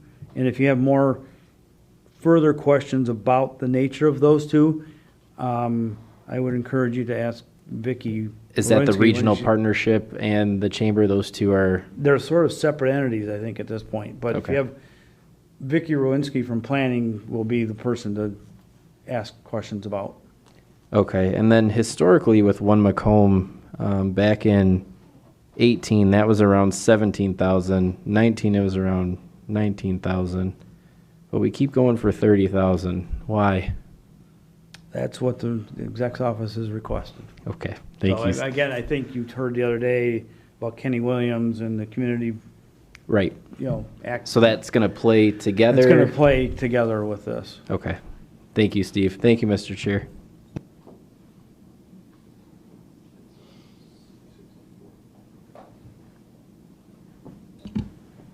Commissioner Kraft, are you? Okay. Commissioner Nard. Hello. Hello there, how are you? Good. I just wanted to, Commissioner Song asked about the 8 Mile Boulevard Association, and I'm part of that association. I just got appointed to that earlier part of this year. And what they do is they take care of the beautification of 8 Mile along with Wayne County and Oakland County. So it's like a tri-county thing. And we have been having trouble keeping someone from the board on there, keeping a department head there. So that's what why you don't hear much about it. But I would be very interested in you talking with someone to find out about the funding and what's going on, because there's a lot of projects and things that they try to do to beautify the front door of Macomb And County, I think if you will. that membership fee's been $5,000 for Yeah. quite a long time. And that's probably why they're not able to keep Right. anybody. I think it goes all the way through maybe to Oak Park and. Yes, yes, and I'm we not just sure had if it that, goes that's all where the we way- had the 8 Mile cleanup. Yeah. That was part of that. So, yeah, I would be interested, and I think that's probably why we can't keep somebody there if they're only getting 5,000. But it's very important, because, if you let that go, then we'll start to see how raggedy the front door of Macomb County can get. So we just got to remember that Macomb County goes all the way to 8 Mile. So, Chair, can I respond? Can I respond? Certainly. Thank you, Commissioner Nar. I appreciate you sharing that. I think it is very important, and that's sort of why, I asked, like, what is the benefit? How can we support that 8 Mile corridor even more? Because, now that I know it's about beautification, perhaps it could even be about the condition of the roads, the economic development. And so, looking at this particular appropriation compared to some of the other ones, like if we invested more funding into this initiative, like I think that 8 Mile could be the next Innovate Mound. That was sort of what I was getting towards, but I didn't know enough about it to really talk about that. So thank you for that. Thank you, Chair, for giving me this opportunity. Commissioner Zinner. Thank you, Chair. Steve, this professional development initiative, is that the HR, you have to do with the HR training or the HR courses? Yeah, essentially, I don't know if it's necessarily the online courses. I know that we used to have in-person courses Yes. on diversity and all sorts of different kind of management training and Yes. that kind of thing. So I believe that I heard when several of us started together that this had just started. Is that right? Or did it start shortly before the company that is being used now? We've had that in the budget for a number of years. I don't know several if we years switched then. companies. We've had, live training and all that. It's mostly done through NeoGov there. And I don't know, it may actually be some NeoGov licenses or Yes. a fee for, I don't know. I'll just find out for you, for Well, board. yes, well, I'm just looking at the things that we're seeing. And the courses, we took those initially when we first started. The companies that you had before that, what was the cost for them versus the cost that we I'll have have to get back now? with you on that. I mean, we were spending, I don't know about the cost per training or the cost Well, I per mean, day. I just mean like the general, Yeah, I mean, we've been in that you may not know. 130 to 150,000, I believe, for a few years. I just don't know the Right. fee from the vendor, put it that way. Yes, thank you. Thank you, Chair. Commissioner Van Sickle. Thank you, Chair. I'm going to continue with the training. Being an elected official, we don't really have time cards or anything like that. Do county employees charge off their training to a training number when the time they spend training? in terms of if they're doing online training of some kind, like, so if they're taking one of these online courses, it gets pushed out from HR? Or you ask- Online or in person or any kind of training, are there training budgets that the different departments have? The training budgets that departments will have would be for, like I said in my office, folks going to specific training for the GFOA or some other finance function. To actually pay for the courses? To actually pay for attendance at a specific conference, travel, meals, all that sort of thing. But the employee's time isn't debited against any kind of training No, that's just paid out of account? the normal personnel line item in a department. So then the $75,000 jump is strictly for The cost purchasing of the classes, yes. the training that they're buying? Yes, exactly. Is any of that cost flat, or is it like per person of how many people use it? I don't know. I mean, I got more questions to get back from HR. I don't even want to speculate about if it's per module, per class, or anything like that. Yeah, I didn't know if it was a flat fee per, plus so much per participant or something or whatever. Yeah, I'll get all those answers for you. Thank you. Thank you, Chair. Commissioner Matuzak. Thank you, Mr. Chair. If I'm not mistaken, I believe when the Personnel Director was here, it all runs together now, a week or two ago, did not we approve purchasing this plan? I'm pretty sure we did. I don't remember the specific agenda, but I remember him coming before us saying he had this new plan and he really liked it and it was really important and we agreed with him to purchase it. Just pointing that out. Thank you, Mr. Chair. Commissioner Kraft. Thank you, Mr. Chair. I forgot one thing. Steve, real quick, in the other appropriations, the bank fee expense, how do we accrue that? That item, that's basically for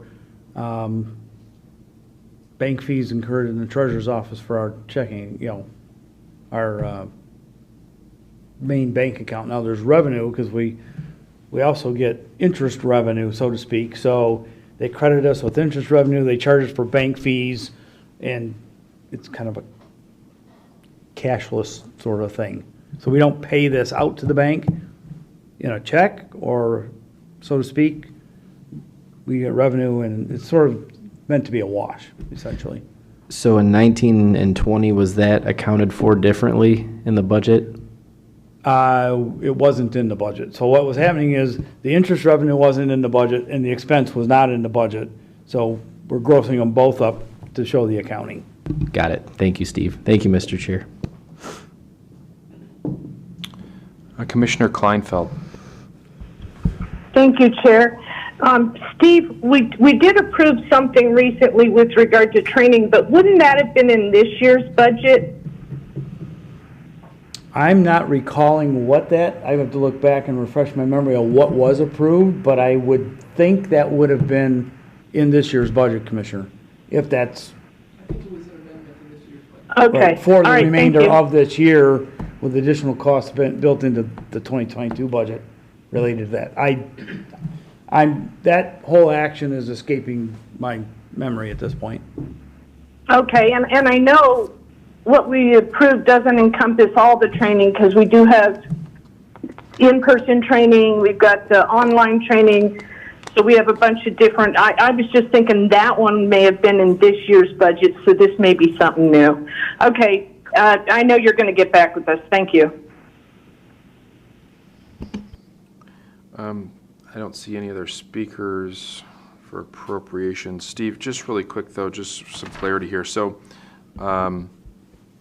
are these items are for different departments across the county, right? Correct, and some are like NACO and MAC are just sort of for the county in general.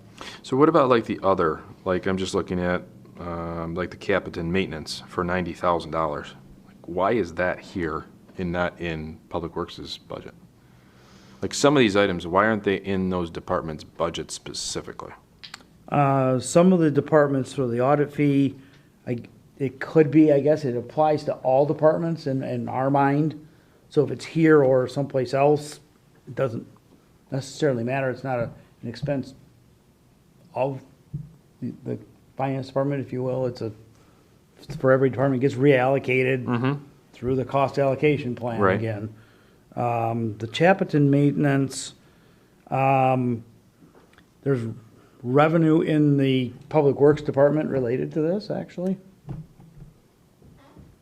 Okay. Yeah, I'm sorry. if I'm not mistaken. Could you repeat that again? I think well, I'll check that. I want to say there's revenue in the Public Works Department for that. I want to make sure I'm not misspeaking, so I'll get back with you on that.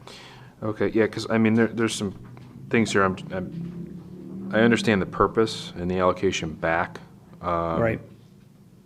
Like the audit, okay, everyone is part of that. It's going to get reallocated to every single department based on your process.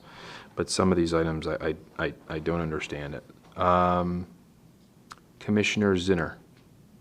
Thank you, Chair. I have a question for you, if I can. If there's an area, because there's so many issues in here, there's so many situations in here, if there's something that I'm not comfortable with, but I'm comfortable with many other issues, if I want to vote no on something, then if I vote no, then that takes my vote completely away. But if there's issues I'd like to vote on, then I have to forward to full board, right? Obviously.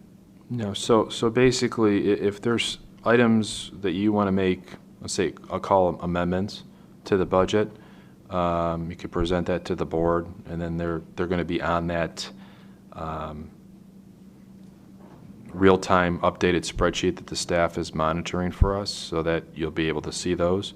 But once all the amendments are done, and once we've made final approval of the budget, at that point, you're either going to vote for the budget or you're not going to vote for the budget at that point, when we get to that process. Thank you, Chair.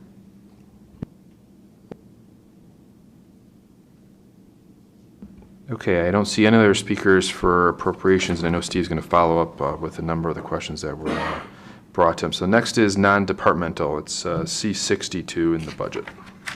So on C62, this is where we record all of our general revenues, we call them, or revenues that don't pertain to specific departments. So property taxes is in this particular cost center, revenue sharing, liquor tax, personal property tax reimbursement, real estate transfer tax, and so on. So those items are in the revenue section here. You'll see that, there's a healthy increase in property taxes. I've mentioned to you before, we built in a 5% increase in '22. We also are experiencing about a 0.7% higher increase in '21 than we anticipated. That's not been built into 2021. So if you were to do the math, the increase from one year to the next is actually 5.7%. We've also built in fairly healthy increases in our intergovernmental revenues. We built in about $1 million more in revenue sharing, a few $100,000 in liquor tax, and $4 million for another year of personal property tax reimbursement from the state, which is based on use tax collections at the state. And so what we did a year ago is we reduced the budget by $4 million. That we basically get 2 distributions a year from that. It's a base, I call it a base distribution. Like essentially, it's called essential services tax. And then we get a surplus if there is a surplus at the state level. And we've been getting a $4 million surplus for 3 or 4 years probably now. A year ago, we didn't know what was going to happen as a result of the pandemic, so we took the revenue out. Sure enough, we got a $4.8 million surplus distribution in 2021. Nothing seems to be slowing down in the economy relative to sales and use tax, so we put that back in for 2022. We took it out again for 23 and 24, just not knowing what's going to happen. essentially the idea there is to play that particular item on kind of on a year-to-year basis, depending on what's going on in the economy. So you'll see the largest portion of that increase is the PPT reimbursement. The charges for services line item, almost all of that is the real estate transfer tax. So we've built some increase in there, as well as a result of the favorable housing market. You got interest income, the infamous indirect cost allocation revenue is in there as well. On the expense side, you'll see a negative amount. That's actually a turnover factor, we call it, a vacancy factor. So we know payroll never comes in at 100%. We know there's a time lag when people are vacating positions and the time it takes to fill them. So we have a 3% turnover factor built in. The supplies and services line item ties into all the items listed on page C64, all those non-departmental appropriations. And the capital outlay item is vehicles and furniture, basically. So that $12 million is made up of $11 million from the 5-year capital plan. There's $1.2 million in there for vehicle purchases, primarily almost entire, not the entire amount, all but $100,000 of that's for the sheriff department. And then we have $135,000 for miscellaneous furniture purchases throughout the course of each year. I will go down and drop down to the other financing sources. So there's an $8 million transfer in. That's the money we get every year from the Delinquent Tax Revolving Fund. It's been around $8 million for a long time, many years. And then the transfers out is on page C63. That's the support provided by the general fund to various grant programs throughout the county, as well as our debt service fund. And so the detail of the $38 million, as I just mentioned, is on page C63. And I'll take questions on C63 as well. I don't really have much to say there. They're pretty consistent from year to year, but if you have any questions about page C62, we'll try to answer them.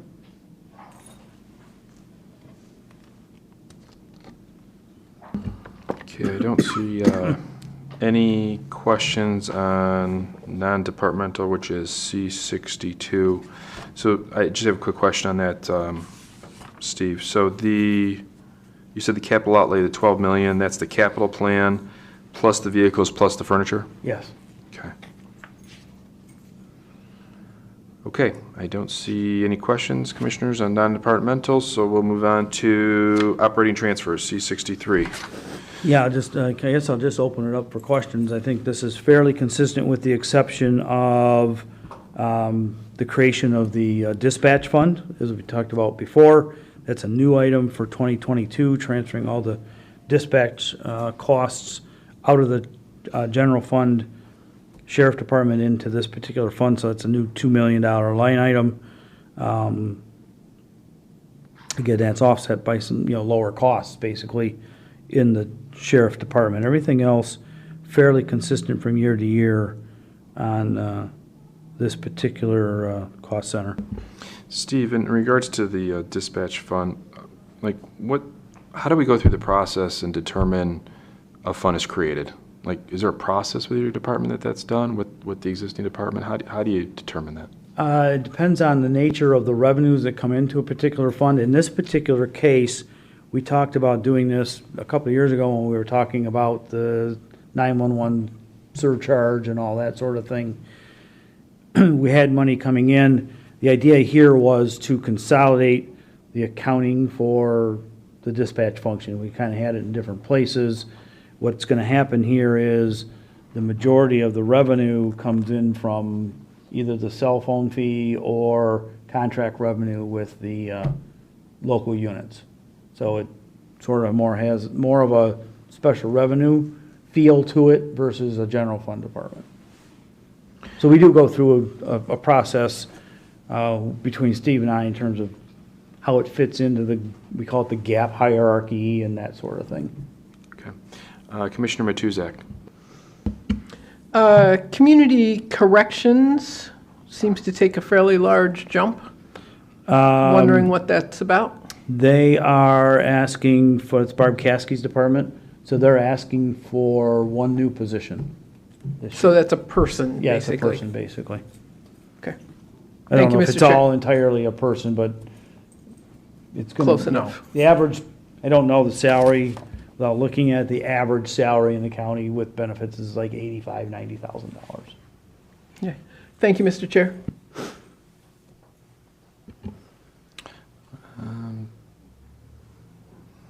Seeing no other speakers, I think we are done with operating transfers. Next item is debt service, page F1 and F2. Yeah, again, I'm not going to spend too much time on this particular fund. It's all good news. If commissioners have questions, I'll be happy to answer them. But again, I think I mentioned this 2 weeks ago during my high-level presentation. It's all good news here. After March of next year, essentially, we will have we're going to have one capital projects issue left, and that's from the 2015 Central Campus renovation project. Very good news in this particular area.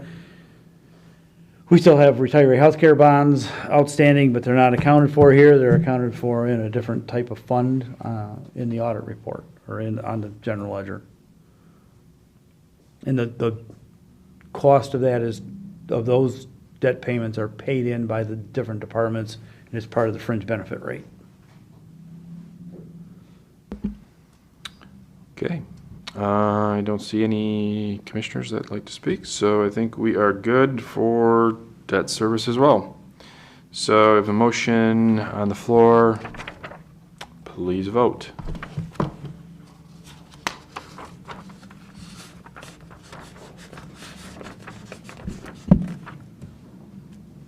Motion passes 10-0. Okay, next item. Thank you, Steve, for all of those departments. And obviously, commissioners, as a lot of the questions have been asked today, our staff will follow up and get those answers for us, and they'll be provided to everybody as well. So, next item is commissioner comments. I don't see anybody here. I just want to make note, some of these budget meetings that we have next week are going to be pretty long, so just be aware. I believe Tuesdays, Tuesday. I'm not buying lunch. It's after hours, so we're going to try and prepare those departments that come in to really focus. I think on Tuesday we have prosecutor, clerk, courts, sheriff. I mean, we've got a very, very packed agenda, so just want to make everyone aware of that. Commissioner Nerd. Just wanted to mention, since we had mentioned the 8 Mile Boulevard Association, MDOT will be hosting a resurfacing mound meeting. And it's going to be October 26th at 6 o'clock. It's going to be on Microsoft Teams. I can get the information to the board staff so that they can get it to anybody that would like to sit in on that meeting. Okay, seeing no other commissioners, we'll go to item number 10, public participation. Open for anyone from the public that would like to speak for a maximum of 3 minutes about anything. You have the floor. Hi, my name is Adam Majestic. I'm part of the government relations team at the Detroit Regional Chamber. I wanted to come today and thank the committee for advancing this portion of the budget that appropriates Macomb's longstanding tradition of investing in Metro Detroit businesses and our Chamber of Commerce.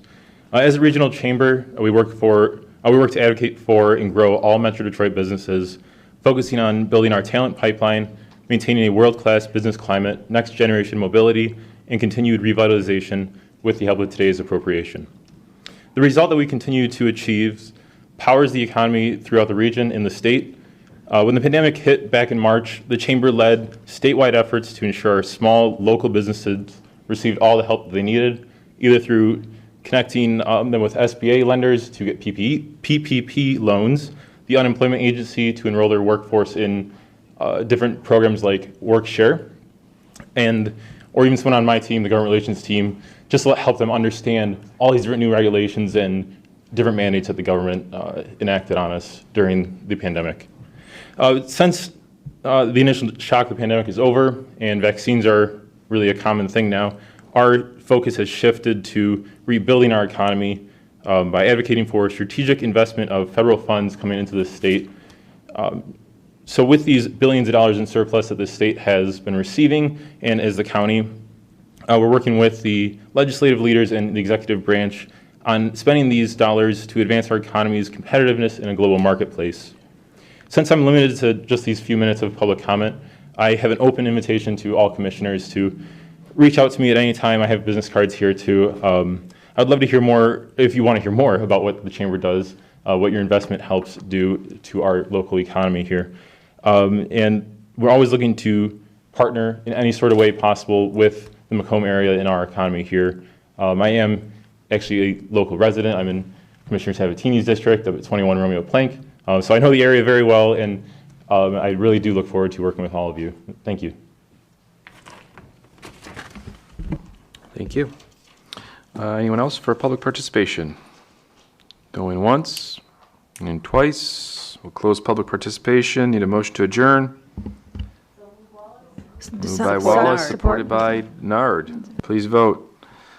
Have a great rest of your day, commissioners.